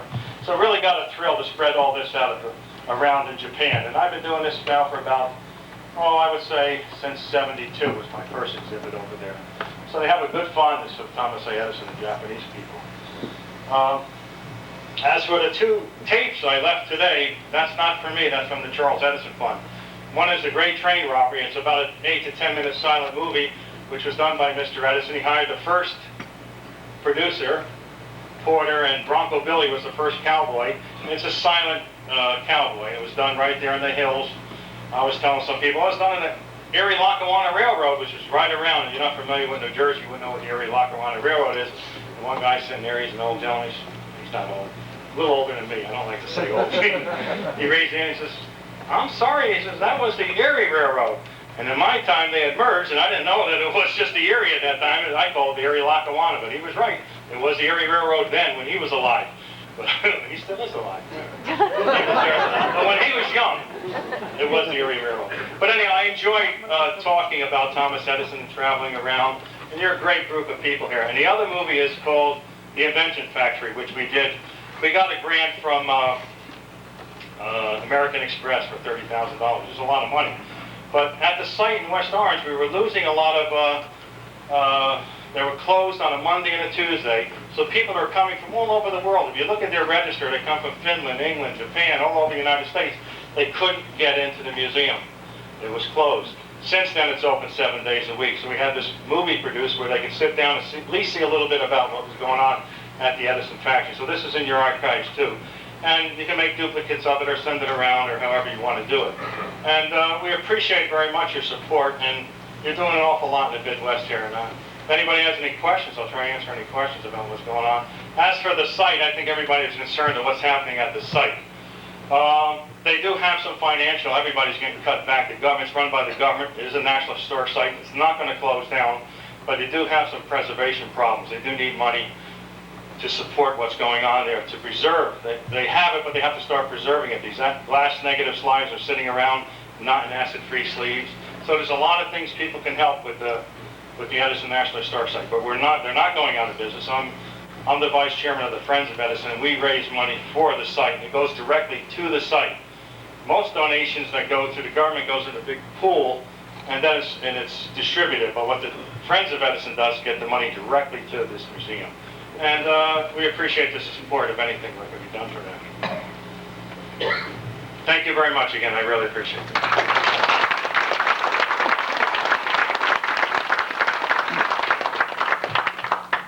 Thank you too very much. We appreciate your being here. It's been a while, but we finally got you into the group. We're very appreciative. You probably wondered who this very lovely lady sitting next to me here was all during lunch, or dinner and lunch. It's my wife, Garnet. Garnet, would you stand up and say hello? She's working on her PhD. She's in an industrial fellowship program. I could go on and on.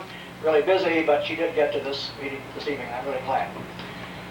She's wondering, I retired, a couple of years ago, and it seems that after you retire, is it true, you guys who've been retired a little longer, like Paul, so did your clothes start shrinking after you are retired? She says she's been noticing that too, and it seems to be rubbing off on her a little bit, she thought, so I wonder maybe that's what happens when you retire.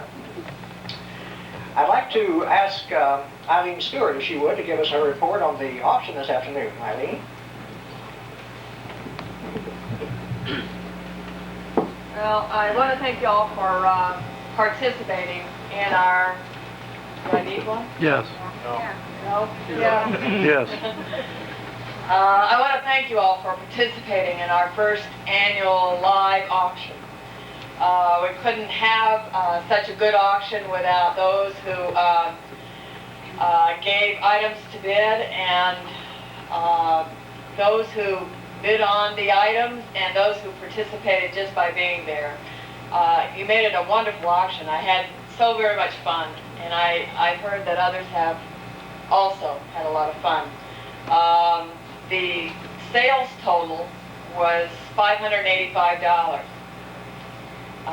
The amount that went to MAPS was $163. This includes $117 from items donated to MAPS by 4 people, Charlie Hummel, Joe Polinsky, Bo Brooks, and Harold and Joe Luoma. We want to thank you.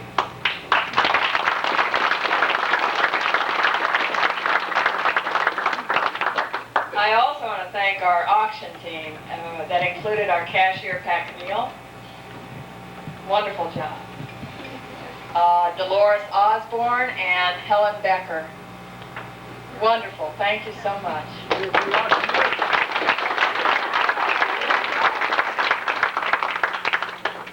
Thank you, Eileen.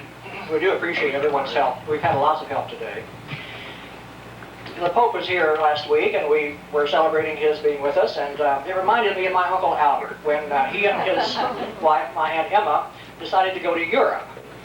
But in the town where my Uncle Albert lives, the barber, who is the only barber for 40 miles, is a very pessimistic person, has nothing good to say about anything. And my uncle hates to get his hair cut because this guy is so down on everything, and when he comes out of the shop, my uncle feels really down too. But in order to get into Europe, he wanted to get his hair cut and look good, and he was there, and the barber says, well, Albert, I see you and Emma are going to go to Europe. And he said, yeah, we are. And he said, the barber says, well, why are you going to Europe? Why don't you spend your money in this country? And Albert says, well, we wanted to see England, and we wanted to see Paris and Rome. And while we were in Rome, we thought we might get a chance to see the Pope. And the barber says, Albert, England is a dreary, rainy place, and people are stuck up. And if you get to France, they don't speak your language, the food is really rich, you'll be upset all the time. If you get to Rome, it'll be hot and sticky, the people are fat and very ugly. And he says, if you see the Pope at all, he'll be a little dot on a balcony about 2 blocks away, and that's all you'll see of him. Why don't you stay home and see it on TV? And Albert says, well, we're going. And he did, and about 6 weeks later, he got back and had to get his hair cut again, of course. And so he got into the shop, and barber says, well, I see you're back. He says, yeah, well, how was it? Well, he said, it was a good trip. He said, England was really pretty. Beautiful place, in fact. The people were very cheerful, very pleasant. And he says, Paris, the food was delicious. Language was no barrier at all. And we got to Rome, we saw the Colosseum, the ruins, and he says, we even had a private audience with the Pope. We were all in this big room. And the Pope came in, putting his hand on each person's head. Bless you, my son. Bless you, my daughter. He came up to Emma. He put his hand on her head and says, bless you, my daughter. He put his hand on my head and says, bless you, my son. And where did you get that terrible haircut?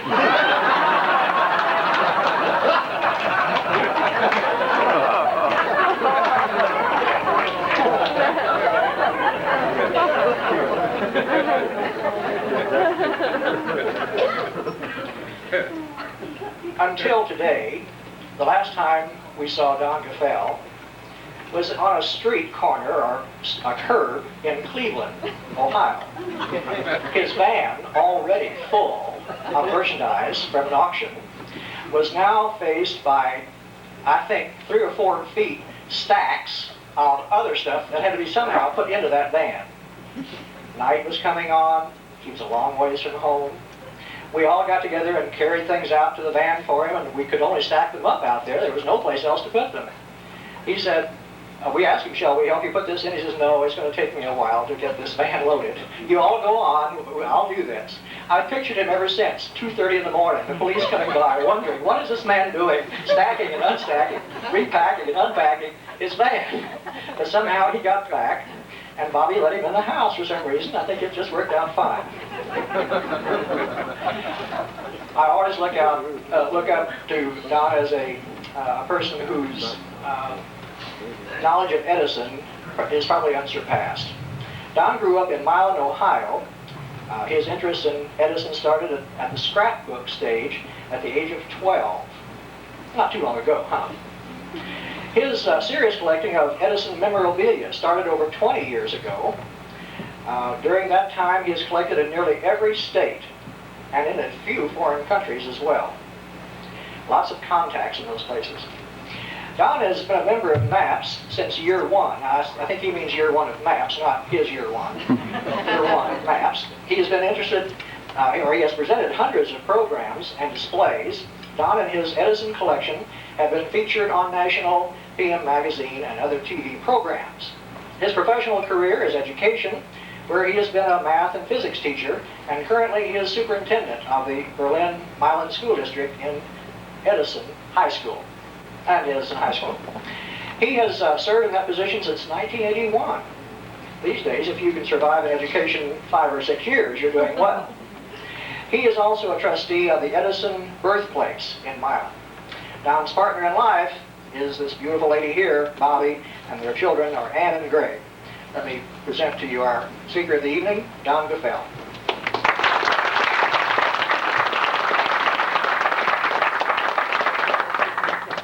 Thank you very much, John. I don't think I will need the microphone, but before we start the program, Bobby, you have an announcement. We would like to recognize a real special couple here, Bessie and Floyd. We celebrated Dave and Doreen's 40th anniversary last evening, and this is number 58 for them. And I also should announce that I learned at lunch that Joy and Bo Brooks, their anniversary is 34th, if I remember right. So Bessie and Floyd. This is from the maps. Everybody signed. Well, maybe you signed it too.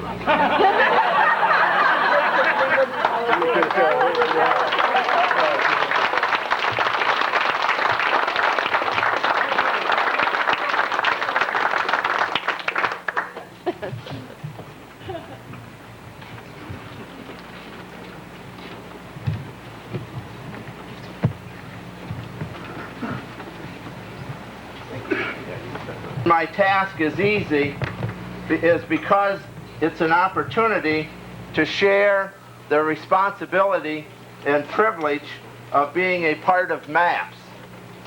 I appreciate the work of so many fine contributors of MAPS. And when Bessie called me, there was no way I could say no, even though I was in the midst of negotiations. My presentation tonight will feature Edison and communications. In a second part, I will continue where Charlie left off with the other most important project in the nation, and that is, of course, the Edison birthplace in Milan. But first, I will give you a little bit of communication trivia. Did you know what the pregnancy gestation periods are for 10 animals? And the greatest, of course, is the elephant, and that's 640 days. And one of the least is the opossum, and that's 13 days. And I'm sure that you're aware of the all-time best-selling or distributed books, and of course the first one is the Bible. And then we get to the Guinness Book of World Records and the Common Sense Book of Baby and Child Care by Dr. Benjamin Spock. And some of the famous people who never graduated from grade school, we have Andrew Carnegie and Charles Chaplin, Charles Dickens, Thomas Edison, John Philip Sousa, and Mark Twain, for a few.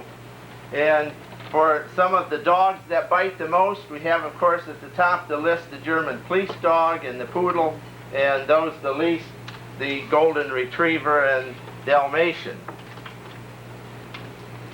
Some of the jobs that famous people had before their professions: Perry Como was a barber. I don't know if that's Uncle Al's barber or not. Gerald Ford was a male model. Clark Gable was a lumberjack. Bob Hope was a boxer. And Marilyn Monroe was a factory worker. Do you believe that? Some of the 10 worst song titles. I scream, you scream, we all scream for ice cream. They needed a songbird in heaven, so God took Caruso away. And I know that most of these are familiar to you. Where did Robinson Crusoe go with Friday on Saturday night? Come after breakfast, bring your lunch, and leave before supper time. How could you believe me when I said I love you when you know I've been a liar all my life? And I've got those: wake up, 7:30, wash your eyes, they're dirty, eat your eggs and oatmeal, rush to school blues. And a woman is only a woman, but a good cigar is a smoke.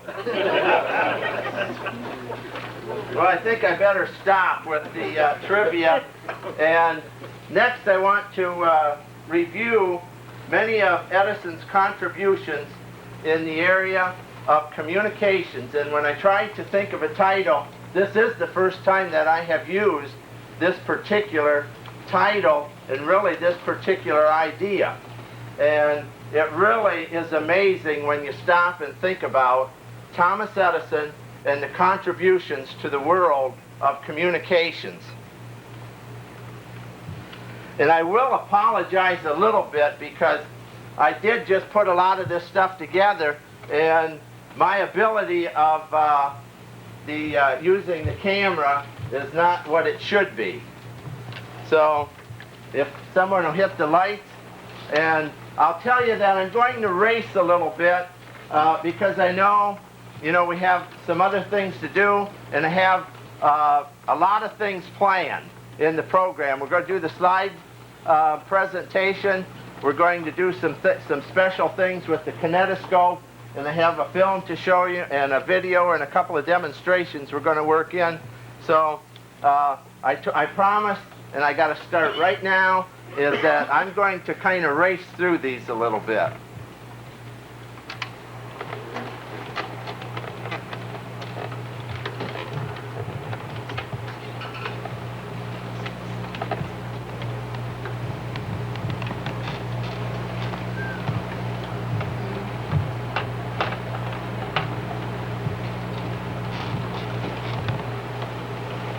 Can those other lights be hit, John?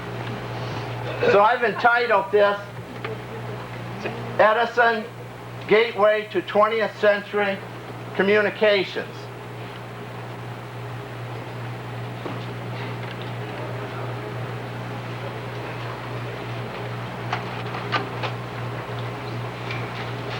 Edison started his business career as a youngster selling newspapers and peddling vegetables and that kind of thing. But I want to get to his later teenage years, and his primary area of interest and career was as a telegrapher. And of course he was a very excellent telegrapher, and this is really what got him started in the electrical world. So we're going to start, our world of communications with the area of telegraphy of Edison.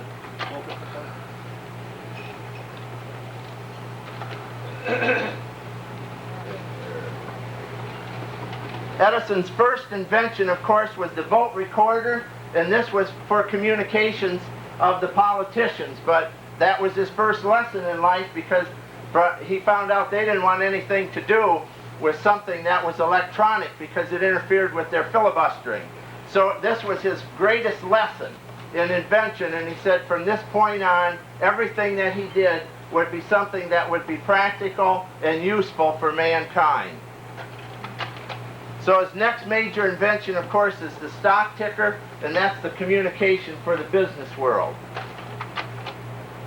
And the phonoplex system of telegraphy allowed multiple messages to be sent over the lines at the same time, and we know what that did for increasing the ability of communications. The automatic telegraph apparatus, and as an aside, he also assisted in perfecting the typewriter. So communications again. Next we come to the electric pen and the mimeograph, and we couldn't have school if we didn't have copy machines today. He sold his patent rights to the mimeograph to the A.B. Dick Company of Chicago. And of course the telephone, and people are aware of Bell's contribution. Many are not aware of Edison's 50% contribution in his transmitter that made Bell's telephone practical. And of course the phonograph, and we all know about that. I don't need to say more about that one. And the jukebox, and the electric light, and the whole area of electricity for all kinds of communications. And really, Edison started the electric age as a result of the light bulb. And the Edison effect and etheric force, which are the basic principles of all of the areas of electronics today. The Edison, which made possible, of course, radio and television. The microphone, X-rays. This is one of the areas that Edison invented the fluoroscope, but he left that in public domain because he said no one man should control a device of such universal need in the area of medicine, which it is today. And of course that communication is the communication inside our bodies. So I don't know of any better example of what that did in terms of communication. And of course, none of these things in communications would work without batteries and so forth. So even the batteries are examples.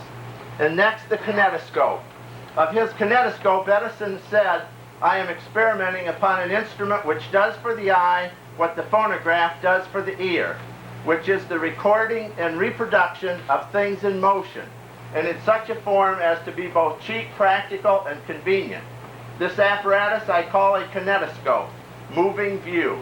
The invention consists in photographing continuously a series of pictures occurring at intervals, in a continuous spiral on a cylinder or plate, in the same manner as sound is recorded on a phonograph. Edison is known to be the father of motion pictures. The 35mm film width he chose is still in use today." I think the neat thing is the ideas that led Edison to his inventions. And this one, again, I want to do for the eye what my phonograph did for the ear. And this is going to be then the special part of our of my communications this evening. And that's not very good, but that's the first motion picture camera that Edison had. And down in the bottom is a small scene where they did the actual photographing for the movies. And the first commercial part of this was, of course, the peephole kinetoscope that was enjoyed by both man and monkey, as that slide shows. And the kinetoscope parlors just popped up, you know, basically all over the world, and this is in a time frame now of about 1894, 1895, when the kinetoscope parlors were very popular. And this is the Edison projecting kinetoscope. And I wanted you to see a complete apparatus because I just brought basically half of one of my apparatuses with me, and we'll be doing more with this later. This is a fascinating instrument, and we're going to demonstrate some of the principles of the kinetoscope with you. But for those of you that are interested in machinery, in the top view, that little star that has 4 parts on it, that's a Geneva mechanism. And over by the flywheel on the right, there's a pin. And a pin goes in those 4 stars, and that's what turns and interrupts. That's the stop and go motion of the kinetoscope. And that's the key part of the whole scientific principle of the kinetoscope. And then, of course, the use of these and the introduction of films in the area of education was very major. That's a little home kinetoscope. That's one of mine. And that's another one of my kinetoscopes at home. And this is the first motion picture studio, the Black Maria, and that's on the site at West Orange. And you can see in this picture a little better how the roof was lifted so that the stage could be lit by artificial sunlight and rotate it to track the sun. And Charlie told you that one of the films that we have in the MAPS archives now is the Great Train Robbery, and this is one of the famous films that was done by Edison. This is about 1903. And this is just from my area, and this was one of the programs from the Grand Opera House in Sandusky. And this was a 1908 program, and this Lyman Howe, he had the traveling exhibit that just went everywhere, and he was in the Pennsylvania area. And this was taken, the headlines are from an interview when Edison was interviewed for one of a particular Labor Day event. And the reporter pulled out of there, "People who work must play," says Edison, "shove up taxes and spend more money for workers' pleasure." Now that was taken out of context, but there was a message there in terms of the importance of the entertainment of the phonograph and the kinetoscope and those kinds of things. And I think, like Edison said, next to religion, probably music, and the phonograph and stuff is the most important thing that we have as human beings. And this is just an example of a couple of the phonograph toys. This is one that Jerry Matson had distributed. I think everybody has one of these, but it's a little graphophone cinema, and it has the basic principles that you can watch the really examples of movies almost. It's the same thing. And also, this is another one. And I have these out right now because my grandson just loves these. He just loves to watch that little tugboat, go on these. So these are real good examples. I just throw that in there and for some of the new collectors that wonder what that, wiggle line is around the label, you'll see how that is used, and that really is for you to adjust the speed of your phonograph. And all of these things are tied in with the principles of the kinetoscope and motion pictures, and so that's why I threw that in there.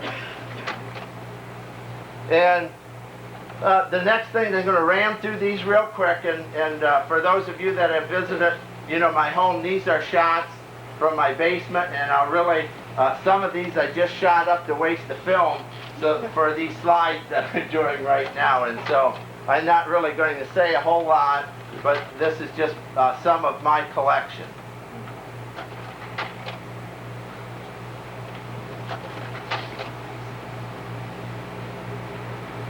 That's an Edison generating system. And I like to make everything work.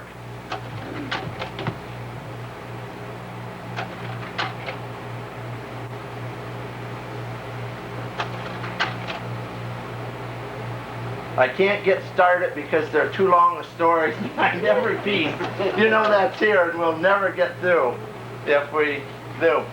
And those of you that had a chance to see the Rolf's display and so forth this afternoon, this whole area of Edison into a lot of these appliances and stuff is also fascinating because, again, he's into the electrical age.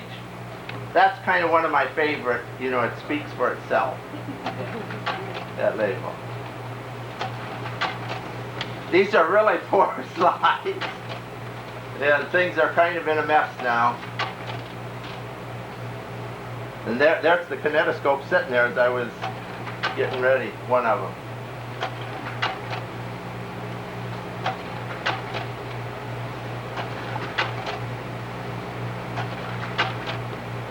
Okay, this is our newest adventure. This is Bobby's store, not mine. This is Bobby's store and mine, but the Sights and Sounds of Edison. And that's my brother there. He's there, more than Bobby and I put together. I'm not there at all, but this is just kind of a new fun thing that she just started in about February. I like to use this because of the times. My message to you is be courageous. I have lived a long time. I have seen history repeat itself again and again. I have seen many depressions in business. Always America has come out stronger and more prosperous. Be as brave as your fathers before you. Have faith. Go forward. Edison's valedictory. And we really need this message. We need this message for Edison's things himself today as much as for our whole country.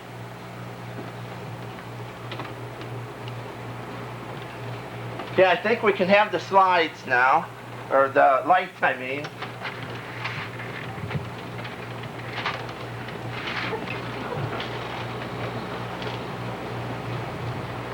Okay, next, with regard to the movies, the first discoveries on the path to the movies would be futile to search. But we do know that Aristotle in ancient Greece observed that a hole in a shutter illuminated by the sun cast a spot of light against the wall of a darkened room. And others of antiquity observed the apparent continuous circles of the stone twirled by the slinger and the glowing light of a rapidly whirled firebrand. In these primitive phenomena were hidden all the secrets of the motion pictures.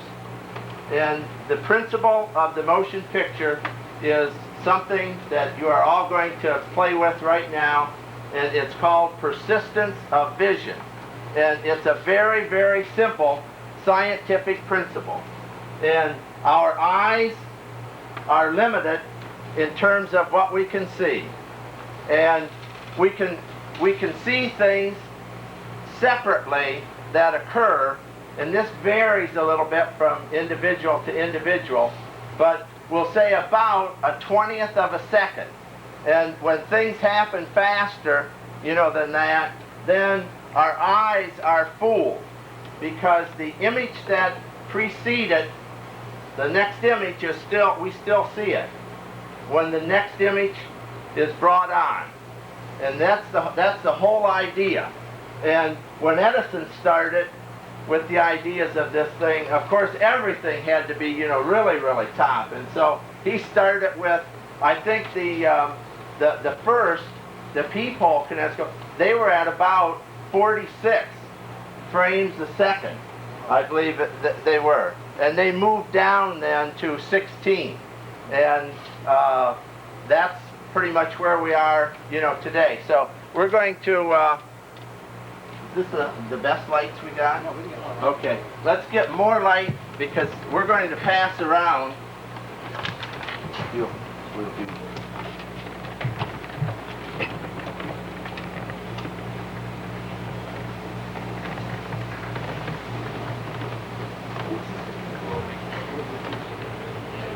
So I think we'll go with that. Carol, if you every now and then you look up here and see if this thing is turning and film's not coming all over you, I'd appreciate that. And this is old film, and so don't be surprised. We might have an interruption, because this is just a hodgepodge of something that I real quickly spliced a few things together, and so I just did it with Scotch tape, to tell you the truth. So it may break before I get through, but this is, now you're seeing the Edison kinetoscope in operation.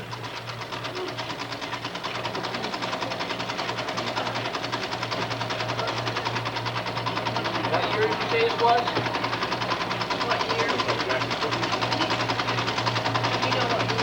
The kinetoscope is about 1905. The film, you know, some of it's early 1900, going into the 1920s, late 20s, and I really don't know much more specific on the film.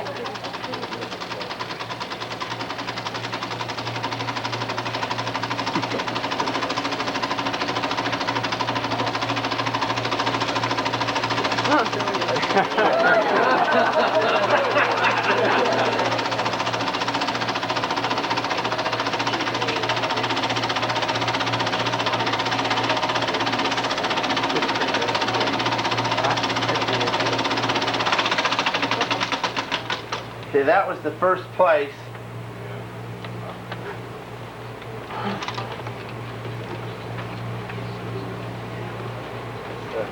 That must have been one of the first splices.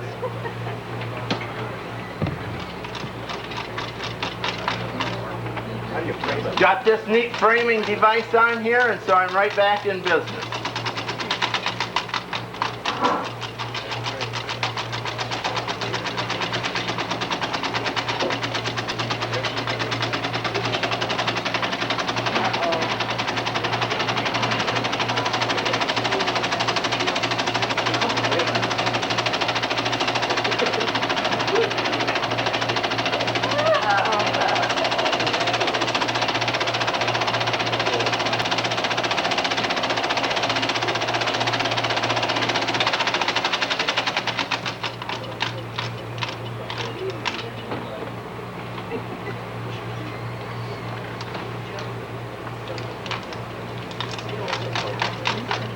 Candace's way to throw the ball.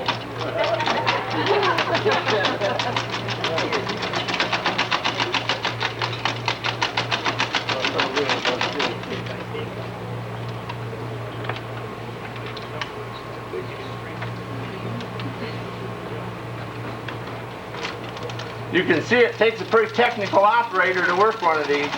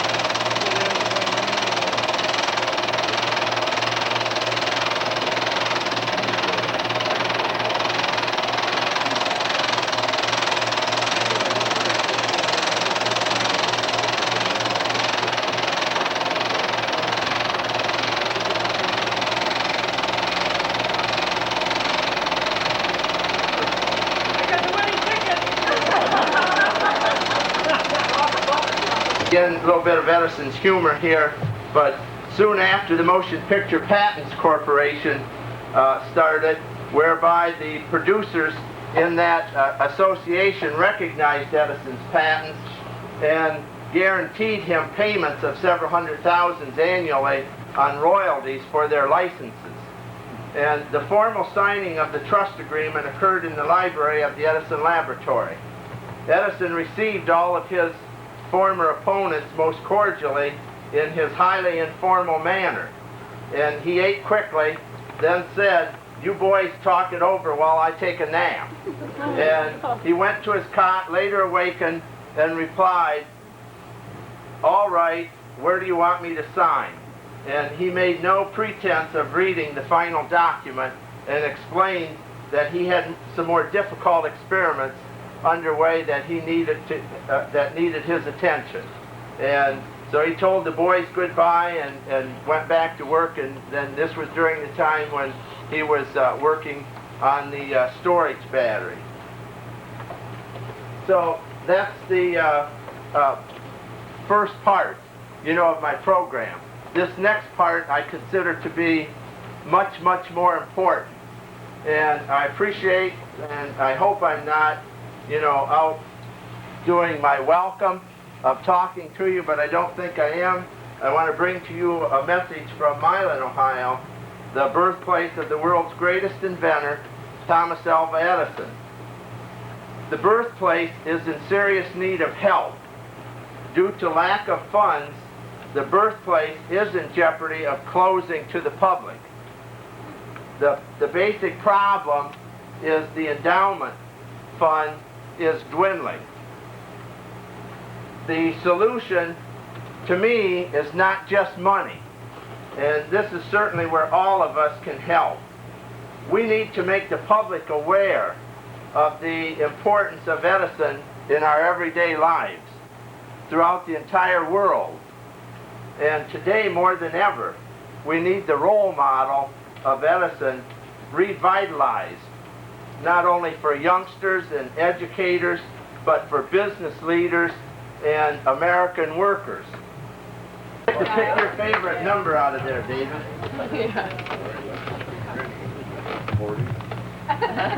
I took 7. The results of the competition today. Number We had 3. a beautiful competition. I've never seen more beautiful machines, some of which probably I'll never see again. And I hope that you enjoyed it as much as I did. Johnny? All right, thank you. 3 judges from the group, and they were all from out of town. Didn't know anybody, and they didn't know who the machines were, and I told them to go to town and figure out what's what, and they did a wonderful job. And I want you to all, the 3 judges, to please stand. It's Louis Schwarzkopf and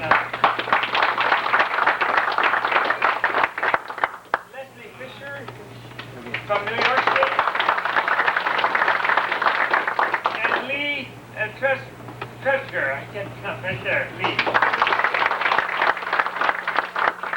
I want to thank you again, and I'll read out the names of the winners, and I'll have them all line up, and then I'll give all the ribbons out instead of having one come up at a time, because one will come up and have to go back and come back up again, and you wear out the shoes pretty fast that way.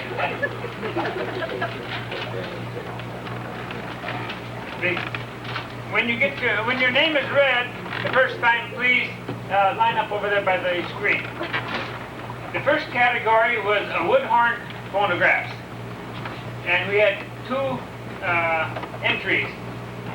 And the judges awarded the first place to the Columbia from Larry Crandall.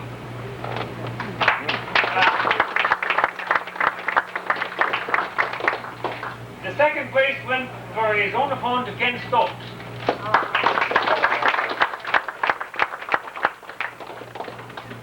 Category, there were only 2 entries, so only 2 ribbons there.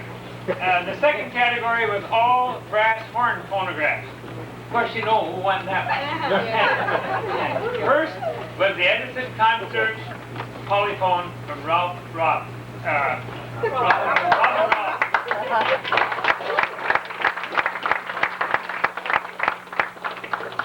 The second place was the Zonophone Type A, also to Robin Ross.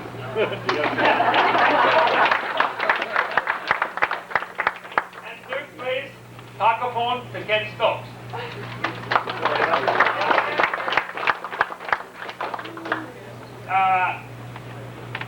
When you go through this list and you look at it, you know, well, that person won that time, that time, that time. They must have a house full of phonographs. Third category was a disc phonograph with a metal horn. The first place was a Victor Type A to Robin Ross.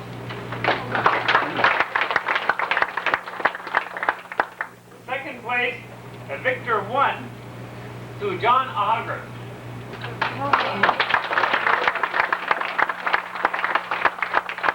And third was a Victor MS to Larry Crandall up there. The fourth category was a metal horn cylinder phonograph. And the first place was a U.S. Junior to Ken Stokes. The second place was the Edison Fireside, a real nice one from Howard Ball.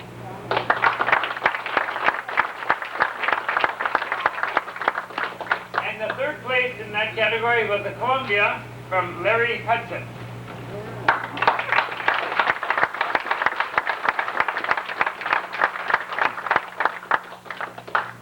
Category number 5 was displays or showcase. There was 3 displays, so the judges had to come up with which is first place, second place, and third place. And they came out with the first place, the phono accessory display went to Ken Stokes. That was that glass showcase. And second place, children's special records went to Lowell Gerhardt over there.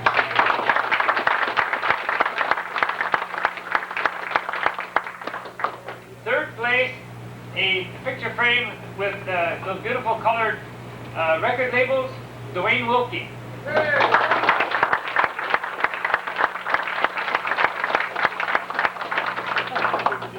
The sixth category was your choice, or things that didn't fit into the other categories.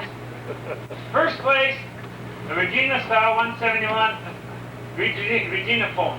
That was me. I got to tell you something about that. I got that, I think it was last May. I had known about its existence for about 3 years. But my great-grandfather's brother's son bought that. So it's from my relations on my mother's side. The second place, an Edison Portable P3, Robin Ross.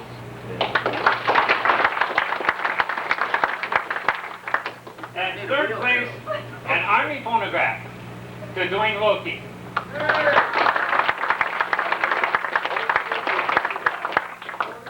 The judges came to award the best of show to the Edison Concert Polyphon, Ralph Ross.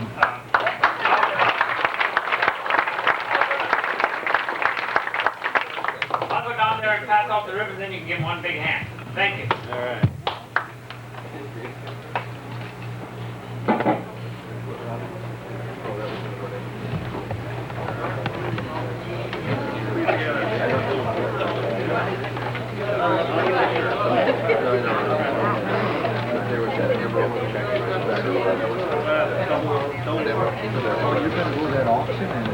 I'll get the third place ribbons first.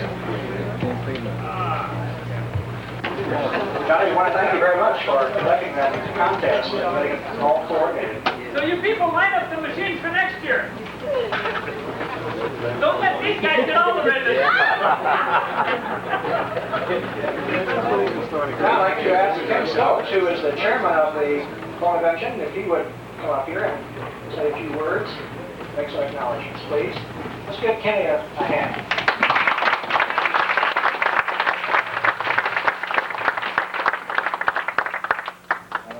I don't think I need. Can you hear back there, everybody? What'd you say? It don't make no difference. I just want to thank a few people that are involved in helping put this show together. And as I call your name, either raise your hand or stand up or... John Hogger. Don't run.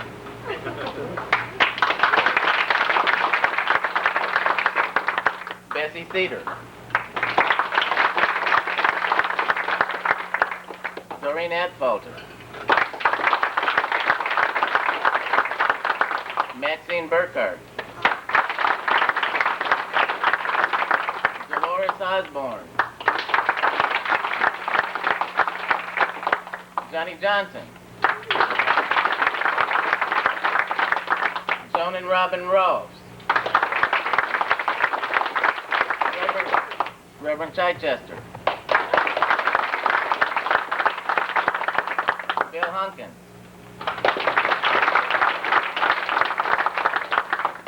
Paul Ladd.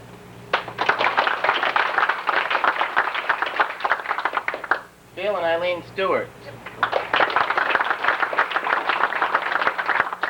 Nick Poole.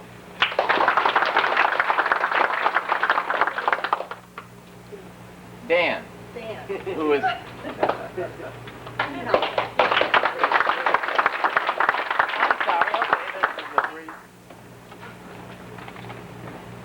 Don DeFell.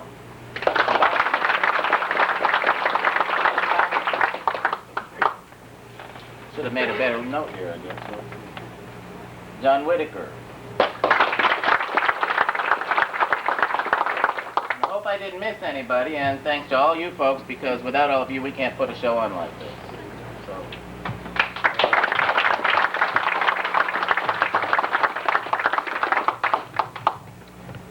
Let's give Ken a hand.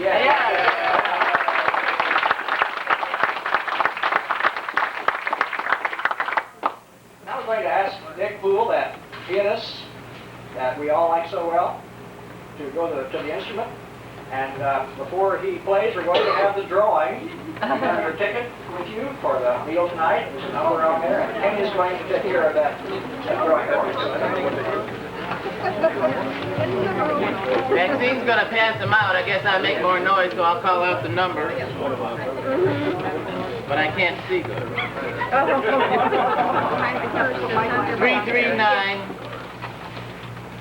339-328. We're doing good here, folks. I got a winner.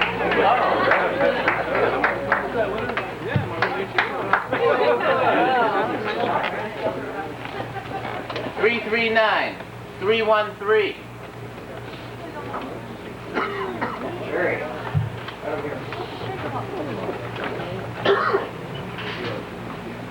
339-217.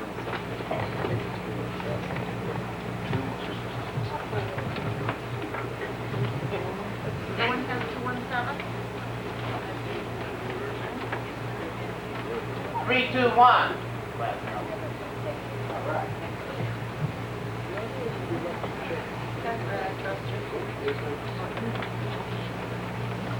285, last number.